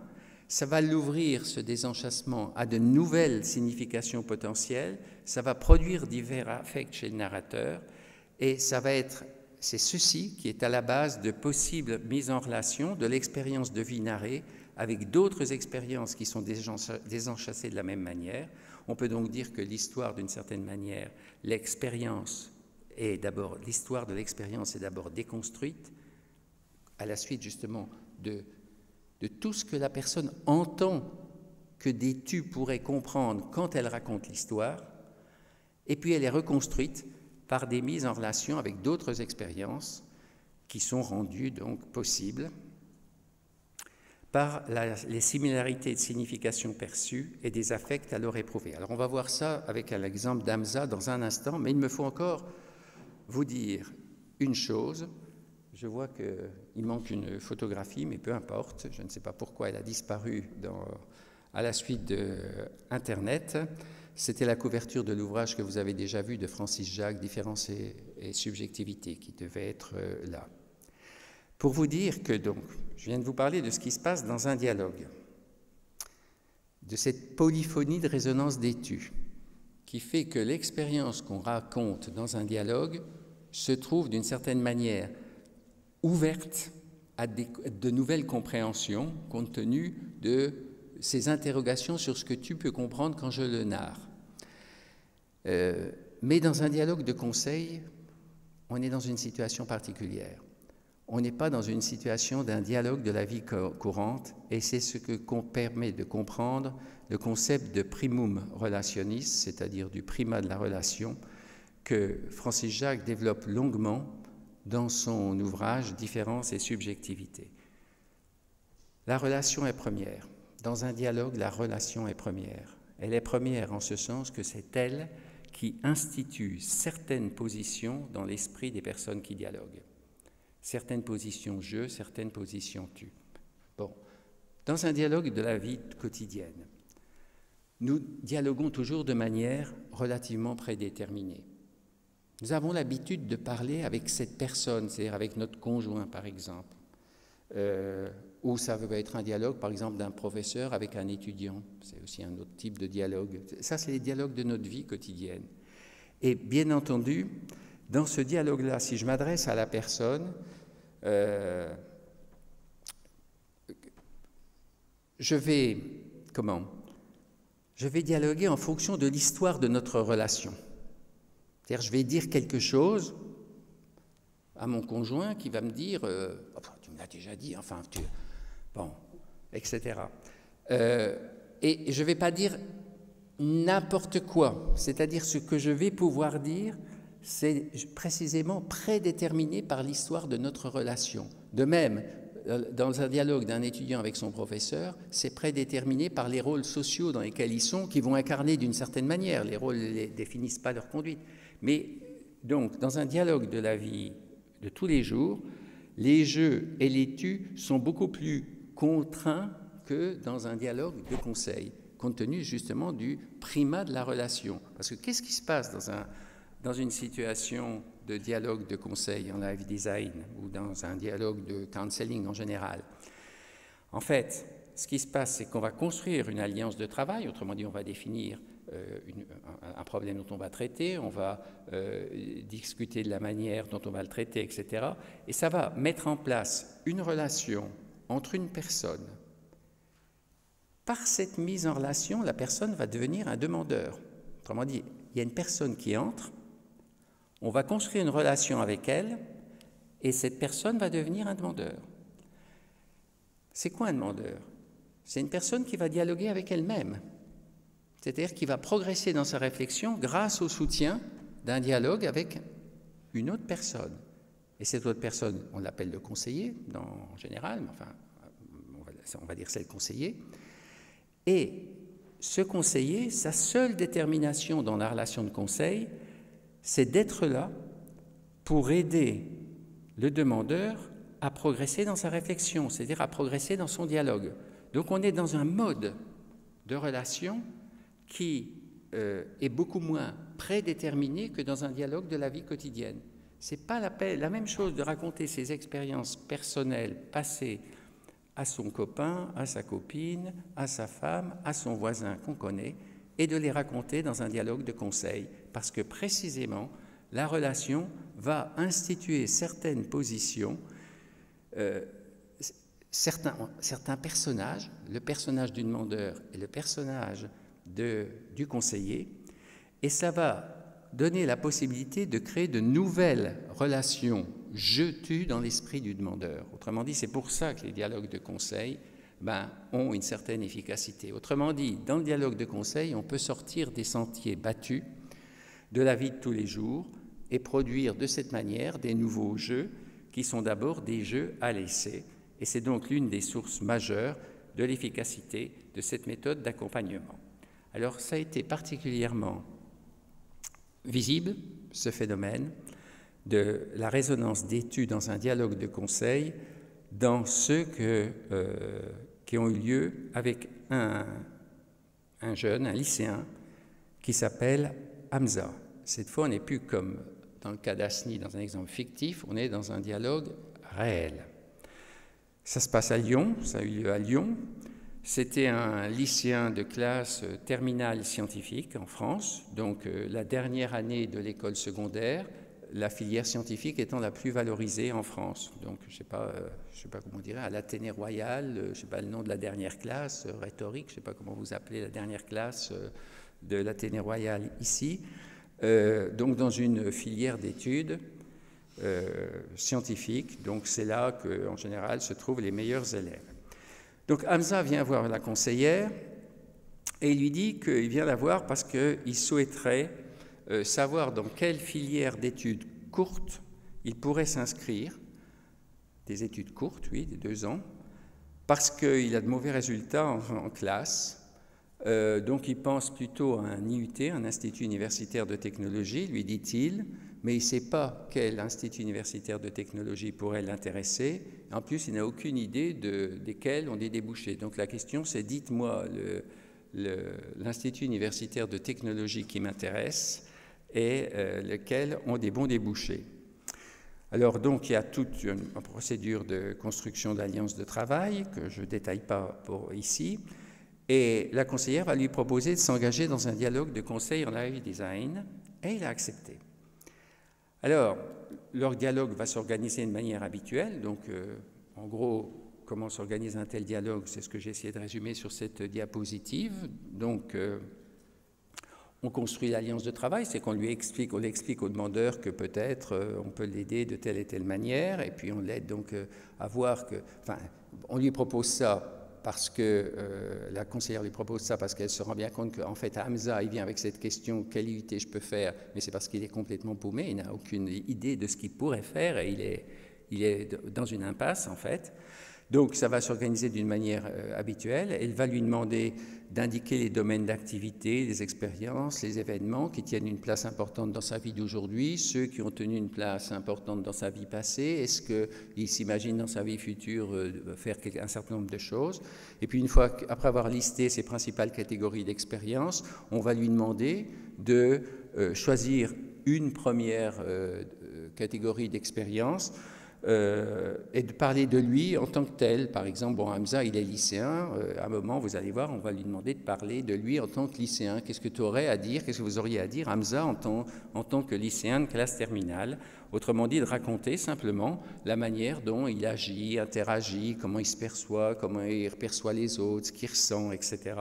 Les anticipations dans ce domaine-là, etc. Donc ça correspond à ce que moi j'ai appelé tout à l'heure la description de la forme identitaire subjective X, en l'occurrence par exemple lycéen, d'Hamza. Et puis on continue par des narrations semblables relatives à d'autres catégories d'expériences qui sont choisies par le demandeur.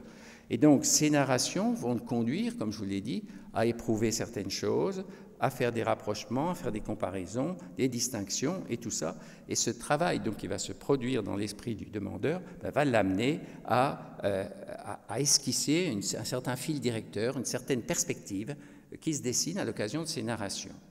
Alors, dans le cas d'Hamza, il explique, donc à Sarah Gauthier en l'occurrence, que sa vie actuelle comprenait 4 grandes sphères d'activité.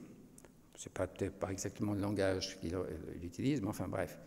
Il dit, bon, je suis lycéen de terminale scientifique, depuis des années, j'entraîne des jeunes footballeurs, ça fait très longtemps que je fais ça, et je fais aussi du soutien scolaire depuis quelques années pour des jeunes en difficulté. Et là, depuis quelques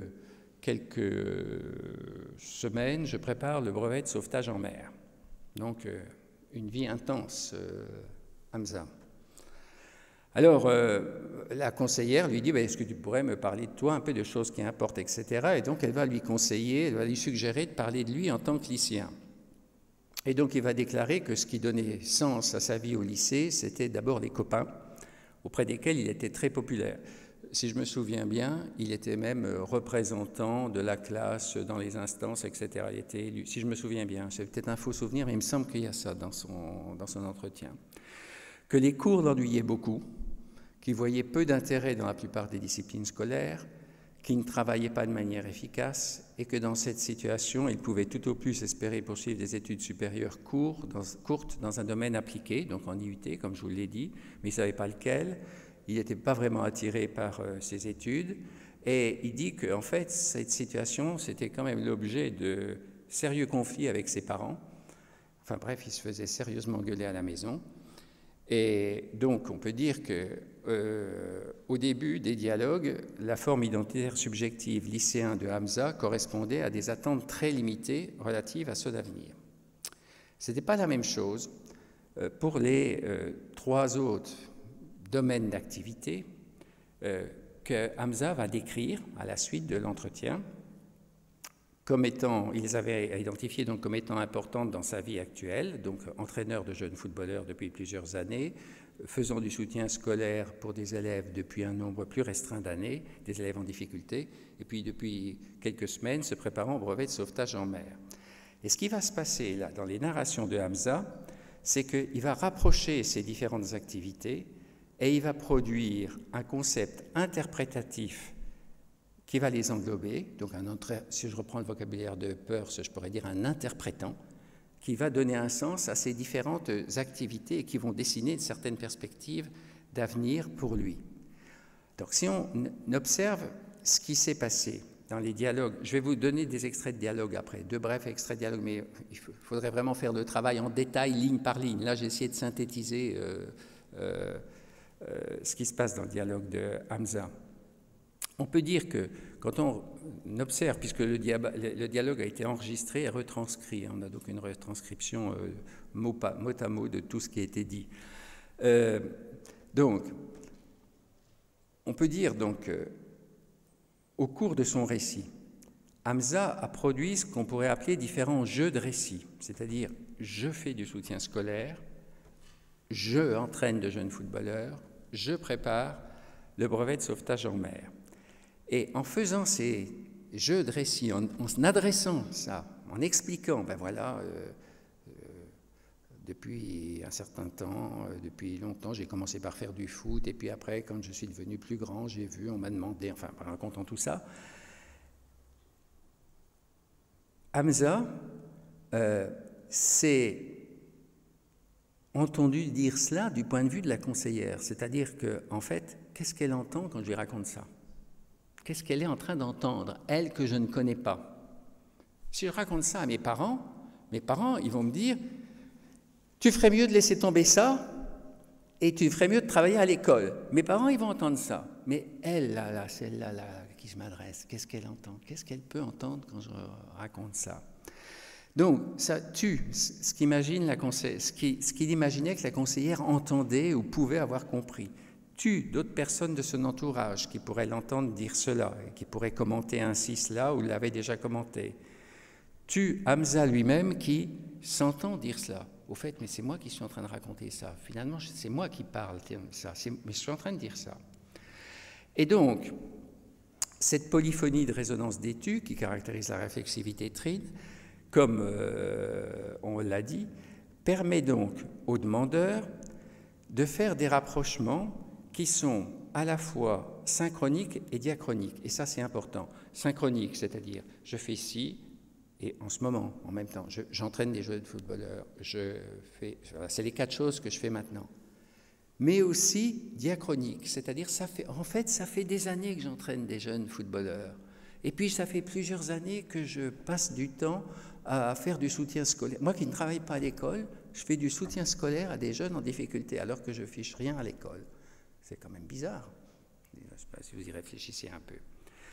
Et ça va lui permettre de produire un interprétant provisoirement final de ce que ces différents jeux de récits ont en commun, c'est-à-dire une certaine interprétation attribuant un sens commun à ces différents jeux de récits. Et c'est aussi donc un interprétant provisoirement final qui est aussi un jeu plus englobant. C'est-à-dire que Hamza va être amené à se dire, on va le voir dans un dialogue, ce jeu qui fait ci, qui fait ça, qui fait encore ça, finalement ça veut dire que je désire être utile envers les autres. Le mot qu'il utilise, c'est envers les autres. Là, j'ai écrit aux autres, mais le mot qu'il utilise, c'est envers les autres. Je vais être utile envers les autres. Et c'est aussi plus assuré. C'est bien ce que je suis. Alors, pour que ce jeu englobant et plus assuré, qui est produit de la réflexivité tride, devienne un jeu sujet d'action, c'est-à-dire pour que le narrateur devienne un acteur, il faut aussi que ça donne lieu à un engagement de sa part. C'est-à-dire il faut encore qu'il investisse affectivement ce jeu. C'est-à-dire le jeu doit être l'objet d'une identification. Il faut qu'à un moment donné, il rêve de devenir ce jeu qu'il désire être. Et c'est là qu'interviennent donc les processus de réflexivité duelle qui conduisent la personne à se constituer comme objet pour elle-même du point de vue de certains idéaux qu'elle veut atteindre. On a vu on ne l'a peut-être pas vu, mais en tout cas la littérature montre que chez les adolescents et les adultes émergents, mais pas seulement chez eux, cet idéal correspond généralement à une certaine forme identitaire subjective anticipée qui est liée à l'image d'un personnage auquel ils s'identifient. Et ça joue un rôle décisif alors dans l'organisation de leur système de formes identitaires subjectives. Alors, ce passage de la réflexivité trine à la réflexivité duelle est explicite dans les dialogues d'Hamza. Au cours de la première rencontre avec la conseillère, Hamza avait dit à plusieurs reprises que médecine, ouais, ça pourrait être pas mal, mais de toute façon c'était exclu parce que ses résultats étaient beaucoup trop faibles pour avoir une chance de réussir dans des études de médecine.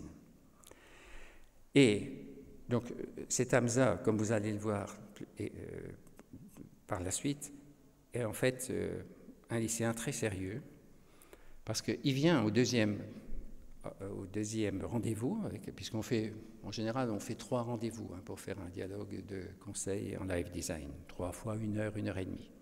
C'est important, on ne peut pas le faire en une fois, parce qu'il faut qu'il y ait des temps où la personne, finalement, ça va tourner dans son esprit. Il y a des jeux tuiles qui vont se mettre à tourner tout seul, et peut-être des jeux tuiles avec des proches aussi qui vont se forger. Alors, il arrive au deuxième rendez-vous avec une liste. Il a fait une liste de ce qu'il attendait de sa vie professionnelle.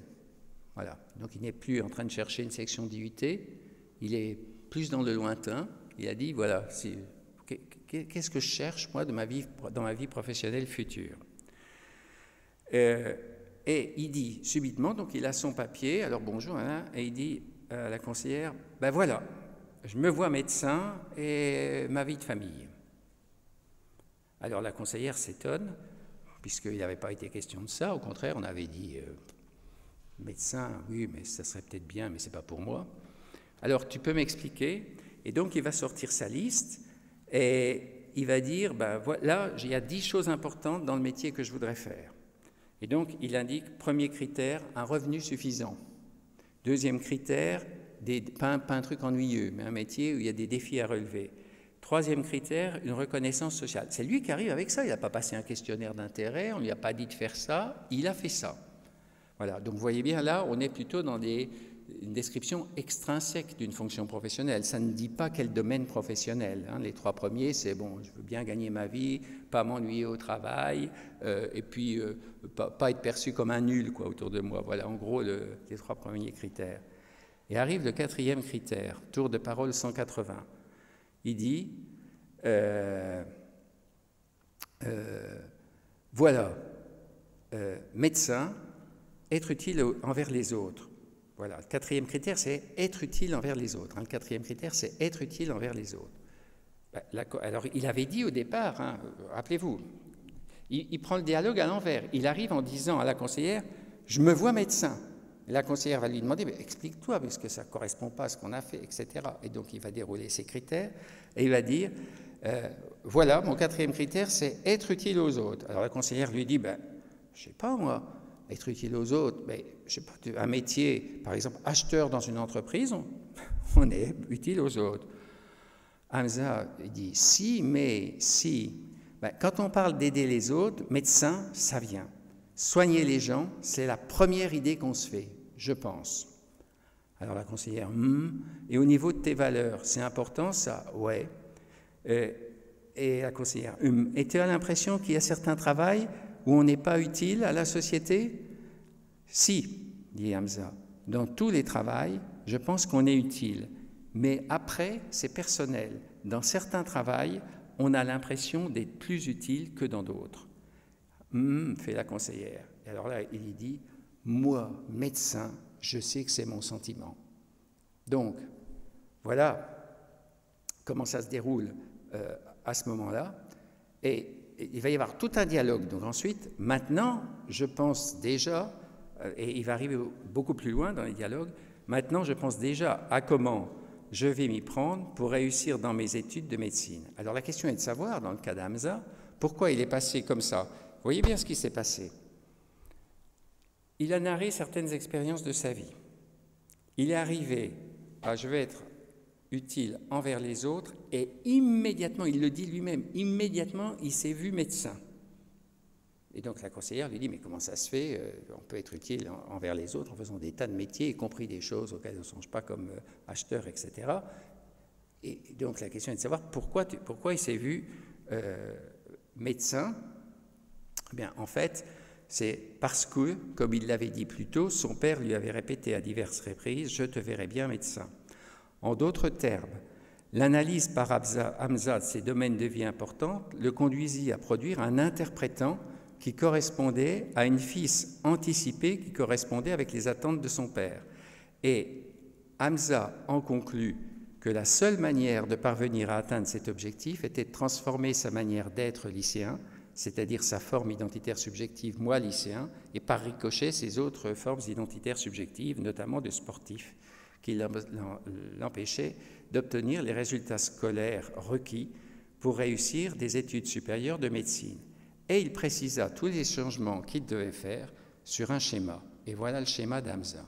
Hamza, alors là, il n'avait pas suivi l'enseignement sur les formes identitaires subjectives, il n'avait pas vu l'atomium, mais il est venu, sans qu'on lui demande, avec le schéma suivant, qui est en gros, pour moi, le schéma de ces formes identitaires subjectives. Donc voilà le schéma qu'il fait.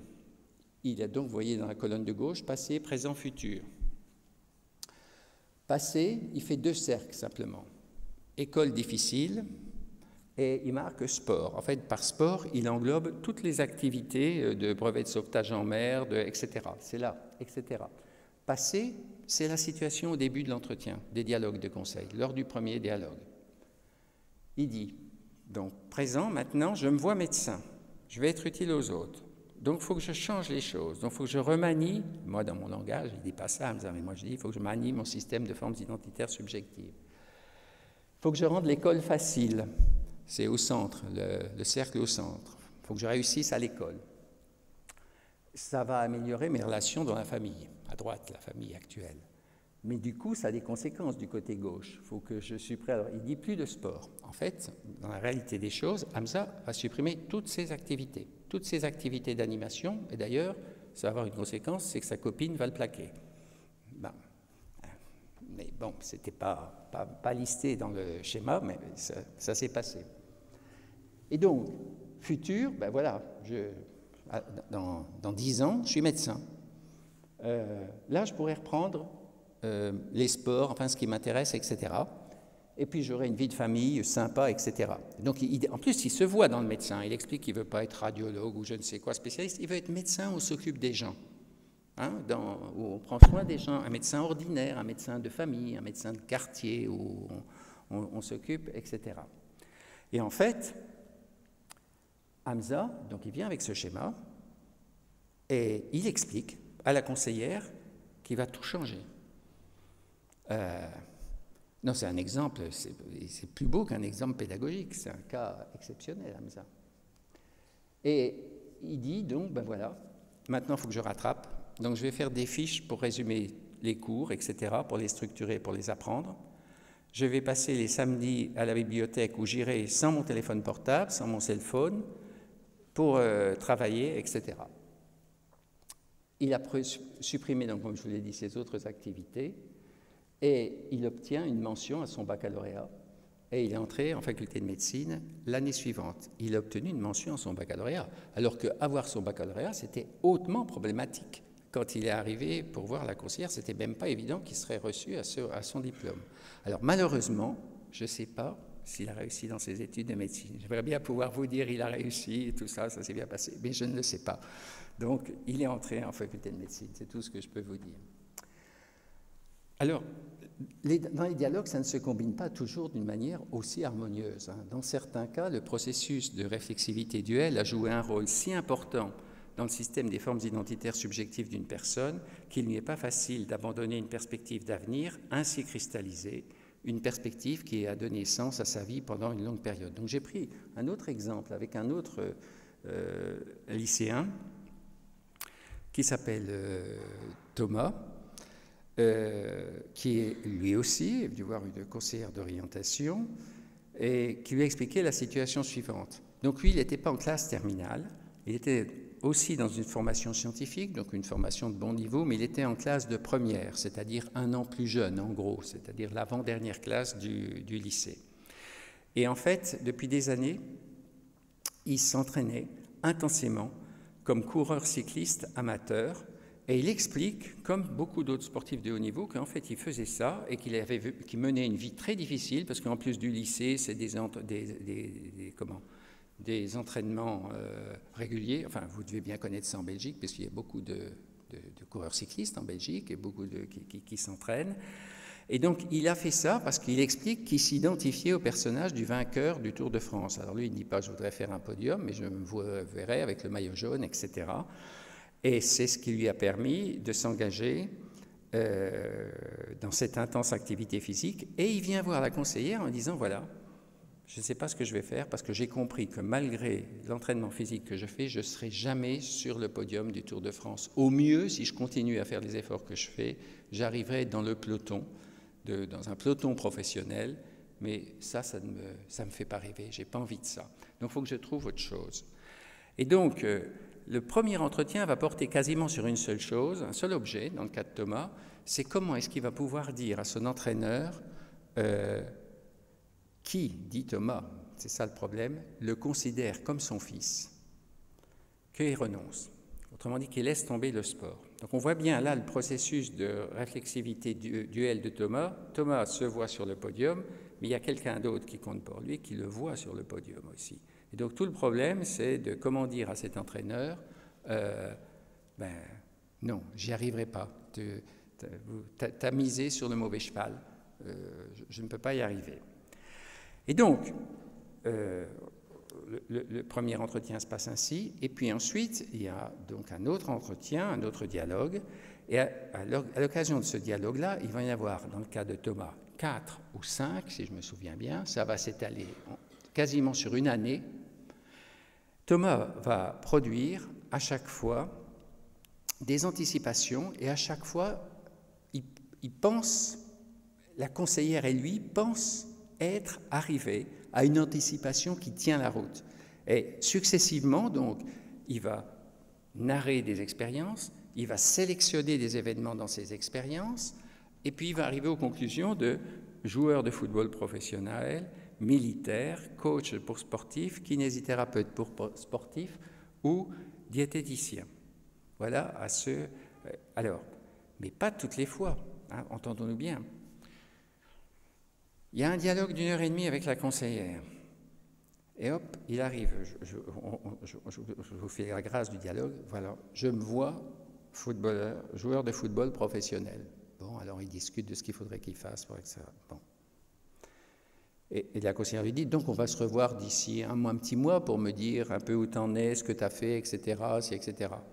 Le mois suivant, Thomas revient et dit, non, ça ne va pas, c'est pas ça, ça ne me convient pas. J'ai réfléchi, j'en ai parlé à maman, elle m'a dit non. J'en ai parlé à ma sœur, elle m'a dit non, enfin tout le monde, etc., etc. Et donc on repart militaire, je veux être militaire, très bien, etc. On croit, et ainsi de suite, et ça dure, et ça dure. Et finalement, il ne se reconnaît dans rien. Au fond, il n'arrive pas à se reconnaître, à s'identifier. Il arrive bien à faire fonctionner cette réflexivité trine et arrive à une conclusion qui paraît bien argumentée et tout, mais il n'arrive pas à se reconnaître dans quoi que ce soit. Donc, jamais il ne s'y engage. 2 ans après, parce que vraiment, ça nous a turlupiné, je ne sais pas si turlupiné c'est un mot qu'on emploie, enfin ça nous a pris la tête. Lorsque 2 ans après, on voulait savoir quand même ce que devenait Thomas, eh bien, il a passé le concours d'entrée dans la gendarmerie. Donc, alors jamais il n'avait été question de ça. Jamais la chose qui s'en rapproche le plus, c'était militaire. Donc, un emploi qui correspondait, selon ce qu'il avait dit dans l'entretien, à des choses extrêmement importantes pour lui, son désir d'ordre. Il faisait des discours très durs vis-à-vis de ses copains de classe qui mettaient leurs affaires n'importe comment, etc. Son intérêt pour les activités sportives et son souci d'autrui. C'était vraiment 3 thèmes qui revenaient dans son discours. Donc, on peut dire que certains demandeurs peuvent avoir des difficultés à formuler une perspective qui leur apparaît suffisamment significative et désirable pour s'y investir. Donc, tout s'est passé pour Thomas comme s'il ne parvenait pas à s'identifier au personnage qui correspondait à chacune des formes identitaires subjectives anticipées qu'il produisait. Et en fait, c'est très différent du cas d'Hamza. C'est pour ça que les 2 cas, là, je vous en parle. Parce que, en fait, la vue que Hamza a réussi, il est arrivé en disant quand même « je me vois médecin ». Voilà, « je me vois médecin ». On n'a pas, toute la fois dernière, « je me vois médecin ». Et ça correspondait en fait à une parole du père. Mais une parole du père d'Hamza qu'il ne pouvait reconnaître comme légitime avant de s'entendre lui-même dire « je me voyais médecin ». Et si subitement il arrivait à ça, c'est compte tenu de ce qui s'est passé dans les dialogues. Autrement dit, être utile envers les autres, parce que quand on parle d'aider les autres, médecin, ça vient. Soigner les autres, soigner les gens, c'est la première idée qu'on se fait. Ben non, Hamza, quand on va être utile envers les autres, on ne pense pas nécessairement à un médecin. Et pourtant, lui, il s'est vu médecin immédiatement.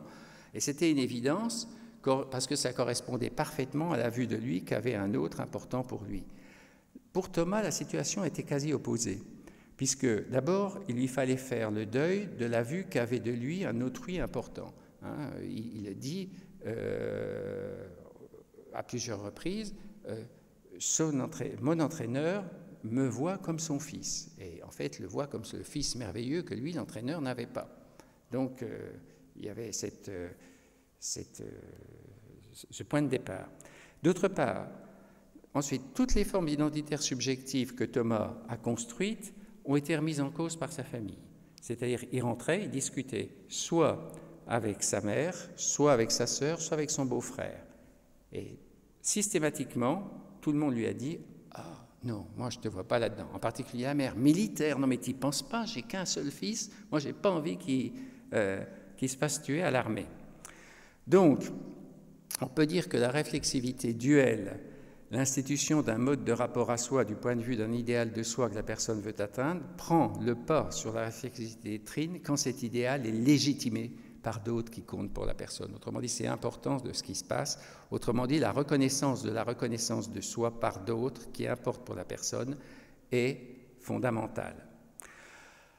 Alors tout ça, c'est une déclinaison de la particulière de la transaction relationnelle de Dubar. Et ce phénomène est souligné par exemple par les chercheurs qui s'intéressent au processus d'engagement des jeunes occidentaux dans les combats de l'organisation terroriste État islamique. Il y a quelque chose de fondamental qui se passe, là tous les chercheurs décrivent ça, c'est que la légitimation de cette perspective provient d'inconnus ou de quasi-inconnus qui sont rencontrés le plus souvent via des réseaux sociaux, qui deviennent des amis confidents et qui légitiment subitement cette vision de soi de la part des autres. Autrement dit, l'interaction là n'est pas en face à face, n'est pas avec un proche, elle est avec quelqu'un qui est un ami, pas un vrai ami, mais enfin qui apparaît comme un ami sur un réseau social.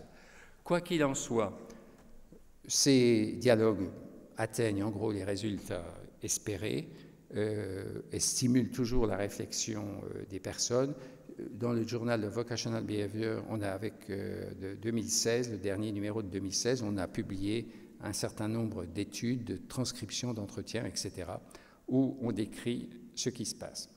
Alors j'ai encore une dernière partie qui est très longue, mais rassurez-vous, je ne vais pas la présenter en détail parce que c'est le mode d'emploi. Et donc simplement, je vais vous dire comment on fait quand on fait un dialogue, mais je ne vais pas entrer dans le détail parce que ça, le détail, vous l'aurez sur le PowerPoint si vous voulez vous lancer dans l'expérience. Mais je vais donner quand même la structure.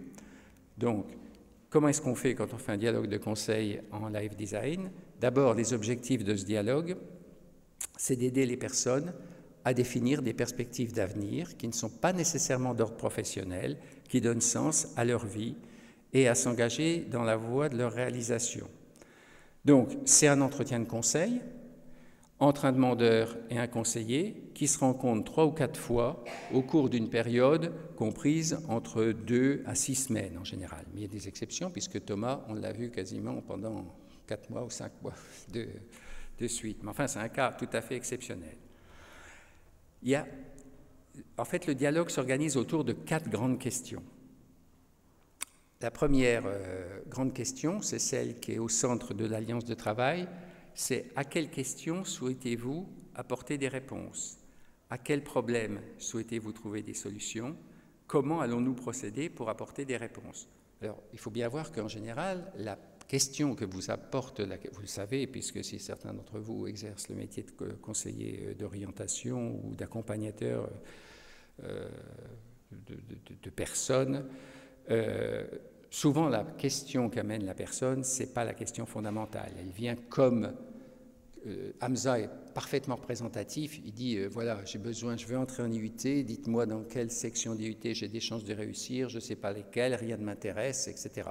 Et puis en dialoguant, on se rend bien compte qu'en fait la question c'est qu'est-ce que je vais faire plus tard, comment je peux y arriver, quelle vie je veux mener. C'est une question beaucoup plus générale en fait qui amène Hamza. Donc c'est ce qui se passe dans la première interrogation, le premier dialogue, la première partie du dialogue. À quelles questions souhaitez-vous apporter des réponses, à quels problèmes, etc. Comment allons-nous procéder? Eh bien, on propose à la personne d'entrer dans un dialogue de conseil en live design, c'est-à-dire qu'on lui dit qu'on va lui demander de réfléchir à un certain nombre d'expériences qui ont marqué sa vie. On va lui demander d'en parler, de les raconter, que ça va être un travail important de sa part. On dit au demandeur, attention, c'est vous qui allez parler, nous on va vous aider, on va vous aider à souligner certains points, à repérer avec vous certains points importants, mais c'est vous qui allez faire le travail. Et puis on va devoir se voir, si vous êtes d'accord, pendant 2 ou 3 rendez-vous. Le deuxième domaine de la deuxième grande interrogation, c'est on demande à la personne quels sont les domaines de vie et expériences actuelles, passées, espérées ou qui vous font craindre quelque chose dans le futur, qui ont tenu, qui tiennent, qui pourraient tenir une place importante pour vous. Autrement dit, donc on va aider la personne à lister un certain nombre de choses qu'elle fait actuellement, qu'elle a pu faire, qu'elle pourrait faire, qu'elle redoute de faire, qui constituent des domaines relativement importants. Par exemple, une personne va vous dire tous les soirs, je passe 3 heures sur Facebook à mettre des laïcs et des choses comme ça. C'est un domaine d'expérience de la personne. Ensuite, c'est le cœur de la méthode, la troisième interrogation. C'est là qu'on passe beaucoup de temps. On va demander à la personne de parler d'elle en train de faire ça. C'est-à-dire, que fait-elle? Racontez ce qui vous semble important d'en dire. Comment vous vous percevez? Est-ce que vous avez le sentiment de développer des talents, d'être bon là-dedans? Enfin, comment vous représentez? Qu'est-ce que vous faites? Etc. Et puis un deuxième, puis un troisième.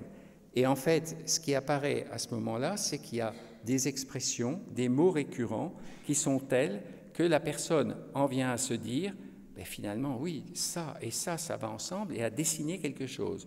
Alors, il y a des cas différents. Il y a des cas comme Hamza. Hamza, à la limite, la conseillère, elle n'a rien fait. Hein.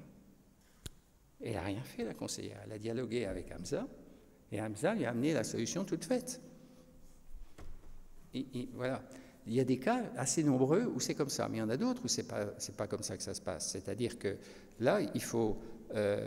c'est le conseiller ou la conseillère qui doit établir un lien entre... Enfin, établir un lien. Souligner et dire, mais tout à l'heure, vous avez parlé de ça, et vous disiez ceci, et maintenant, vous parlez de cela, et vous dites à nouveau ceci qui est presque la même chose que cela que vous disiez tout à l'heure. Donc, il y a des fois, il y a ce travail qui doit être fait par le conseiller. Et donc, ainsi, en général, se dessine une certaine perspective ou deux perspectives possibles pour la personne. Et on se revoit une dernière fois, un certain temps après. Qu'allez-vous faire maintenant pour vous engager dans la réalisation de ces attentes? C'est la question centrale, mais on vérifie d'abord si ça correspond bien à des attentes. Alors, je vous montre simplement, parce que je vois que l'heure tourne, je vous montre simplement ce que vous allez voir si vous vous intéressez à la méthodologie. Donc, ah oui, une remarque préalable qu'il faut quand même que je vous donne. La méthodologie qui est décrite, ça suit la logique sous-jacente que le conseiller doit avoir à l'esprit. Mais la forme effective du dialogue peut être différente puisque le conseiller doit suivre les associations faites par le demandeur. Autrement dit, là, c'est la logique de la méthode qui est décrite, mais ça ne veut pas dire que concrètement, lors de la deuxième séance, de la deuxième rencontre, on va parler de ça. On ne sait pas. On ne sait pas de quoi on va parler puisque la personne va arriver en disant quelque chose, sans doute. Donc, pour chacune des rencontres, vous avez, donc voilà comment c'est présenté. Première interrogation, l'alliance de travail. Vous avez les objectifs. Donc, chaque fois, c'est le même système. Donc, les objectifs, ici, c'est permettre au demandeur de formuler des questions fondamentales, etc. Ensuite, vous avez la méthode. Donc, le conseiller engage le dialogue par une question empruntée à Marc Savickas. En quoi puis-je vous être utile? Puis, il dialogue avec le demandeur en vue de l'aider, etc. Donc, on détaille comment on procède, ainsi de suite. Ça, c'est pour la première interrogation. La deuxième interrogation, même chose. Donc, voilà, c'est le mode d'emploi, quoi. C'est la recette de cuisine. C'est comme dans un livre de cuisine, on vous dit, bon, vous faites bouillir pendant 10 minutes, et puis vous rajoutez du sel, et puis vous liez la sauce. C'est ça. Voilà. Alors, donc, voilà, donc vous voyez, la méthodologie est détaillée, moment par moment. C'est ce que vous pouvez tenter de mettre en œuvre. J'aimerais bien que vous le fassiez, et puis que vous observiez ce qui se passe. Voilà ce que je peux vous dire donc, pour aujourd'hui. Peut-être un mot de conclusion. Donc, vous voyez, il y a 4 phases. Construction de l'alliance de travail, inventeur par le demandeur des domaines d'activité, des expériences, des rôles, des sphères de vie passées, présentes ou espérées dans l'avenir, des événements qu'il considère comme ayant joué, jouant ou susceptibles de jouer un rôle important dans sa vie, des narrations du demandeur relatives à lui-même lors de chacune de ses différentes expériences, lui permettant de repérer dans ses formulations des récurrences, des relations entre des éléments significatifs qui donnent généralement lieu à certains affects, des récurrences et relations constitutives d'une direction qui esquisse des perspectives d'avenir, donnant sens à son existence. Ensuite, définition d'actions à entreprendre, de conduite à mettre en œuvre et conclusion du dialogue. Donc, en gros, je vous ai dit que ce sont des exemples d'intervention d'accompagnement en orientation qui visent à aider les personnes à concevoir, construire et diriger leur vie active, qu'ils ont été construits en se référant à une synthèse de savoir que je vous ai présentée. Bref, les travaux montrent que ces interventions permettent aux personnes finalement, ça répond bien aux demandes d'un certain nombre de personnes qui cherchent à s'orienter dans leur vie. Ils atteignent bien leur objectif, mais on peut se poser la question de savoir si ces interventions sont suffisantes pour préparer les personnes à contribuer à la résolution des graves crises globales actuelles, et s'il ne faudrait pas imaginer d'autres interventions. Et c'est cette imagination-là qui va nous habiter la semaine prochaine. Voilà. Alors là, vraiment, je suis allé jusqu'à 8h30, mais peut-être qu'on peut quand même poser une question si quelqu'un le souhaite.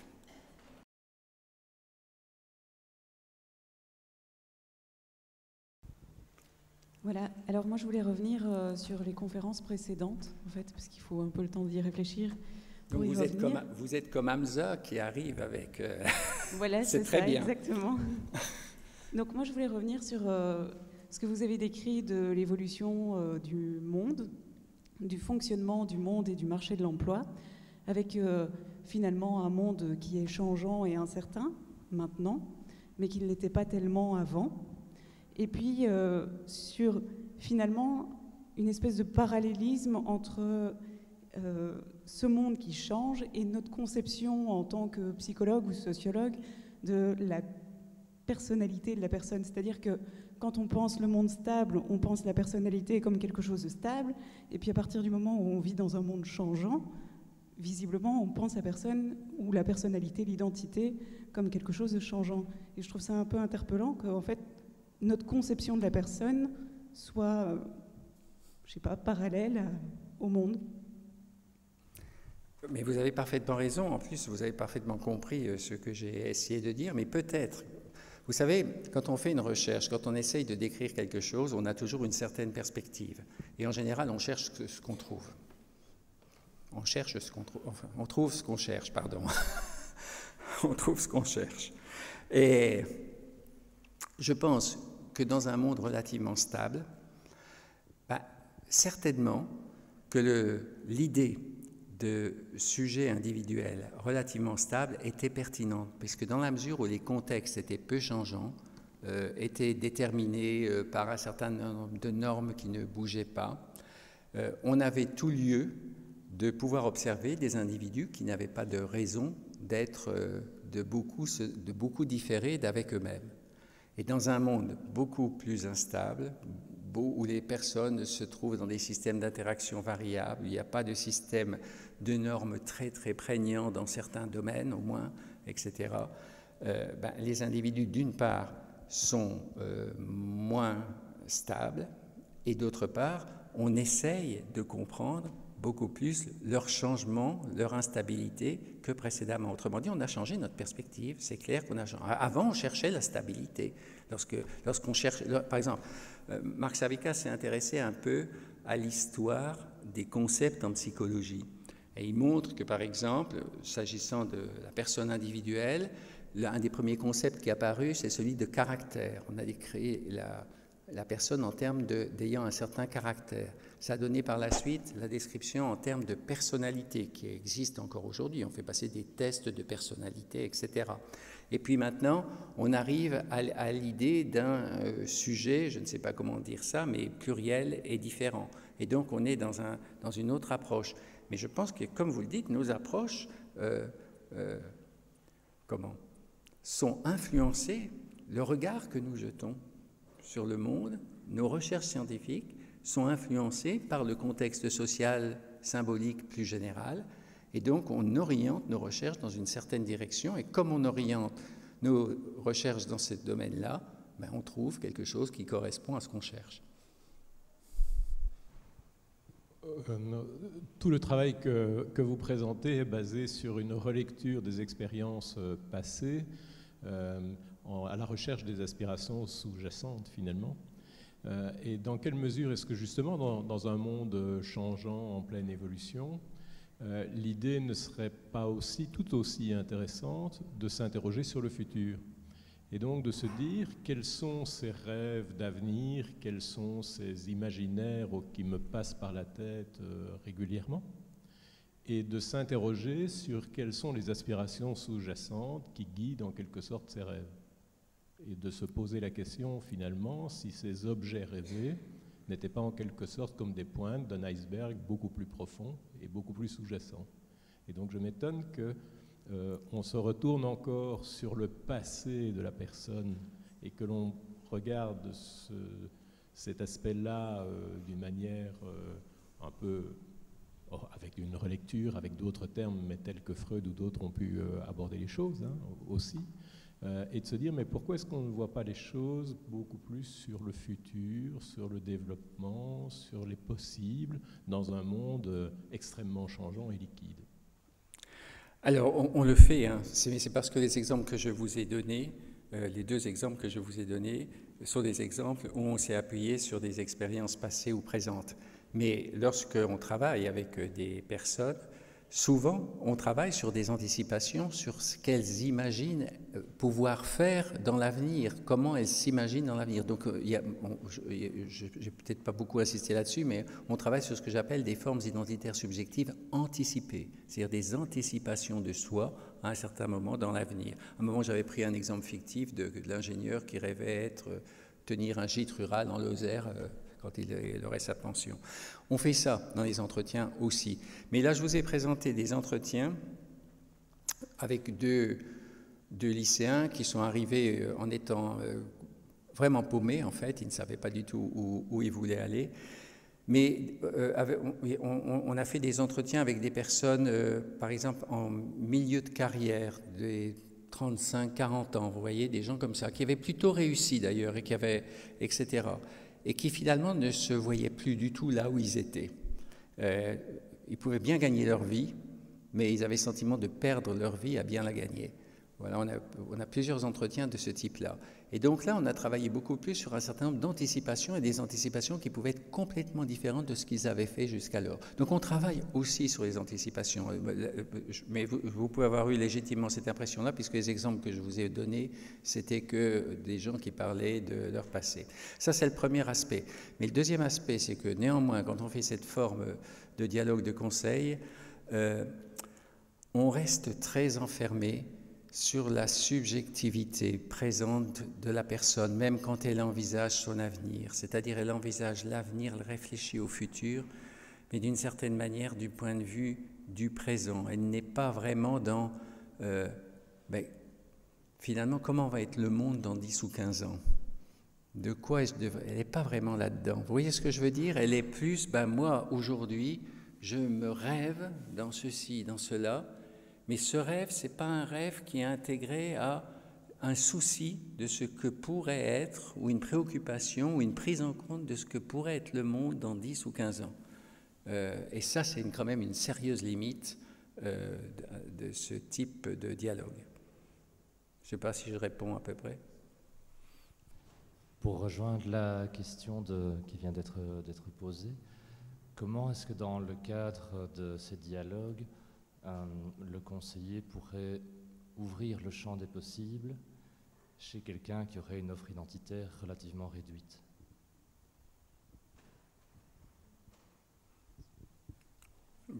Je ne sais pas comment vous répondre, parce que tous les dialogues dont j'ai lu, que j'ai pu faire, ou ceux dont j'ai lu la retranscription, la personne présente toujours 3 ou 4 domaines d'expérience, soit passée, soit présente, soit rêvée, à partir desquels elle peut parler. Donc on n'a jamais été confronté, si j'ose dire, à la difficulté de se trouver face à quelqu'un qui n'avait rien à dire, ou qui avait très peu à dire, ou qui était enfermé dans un domaine très étroit.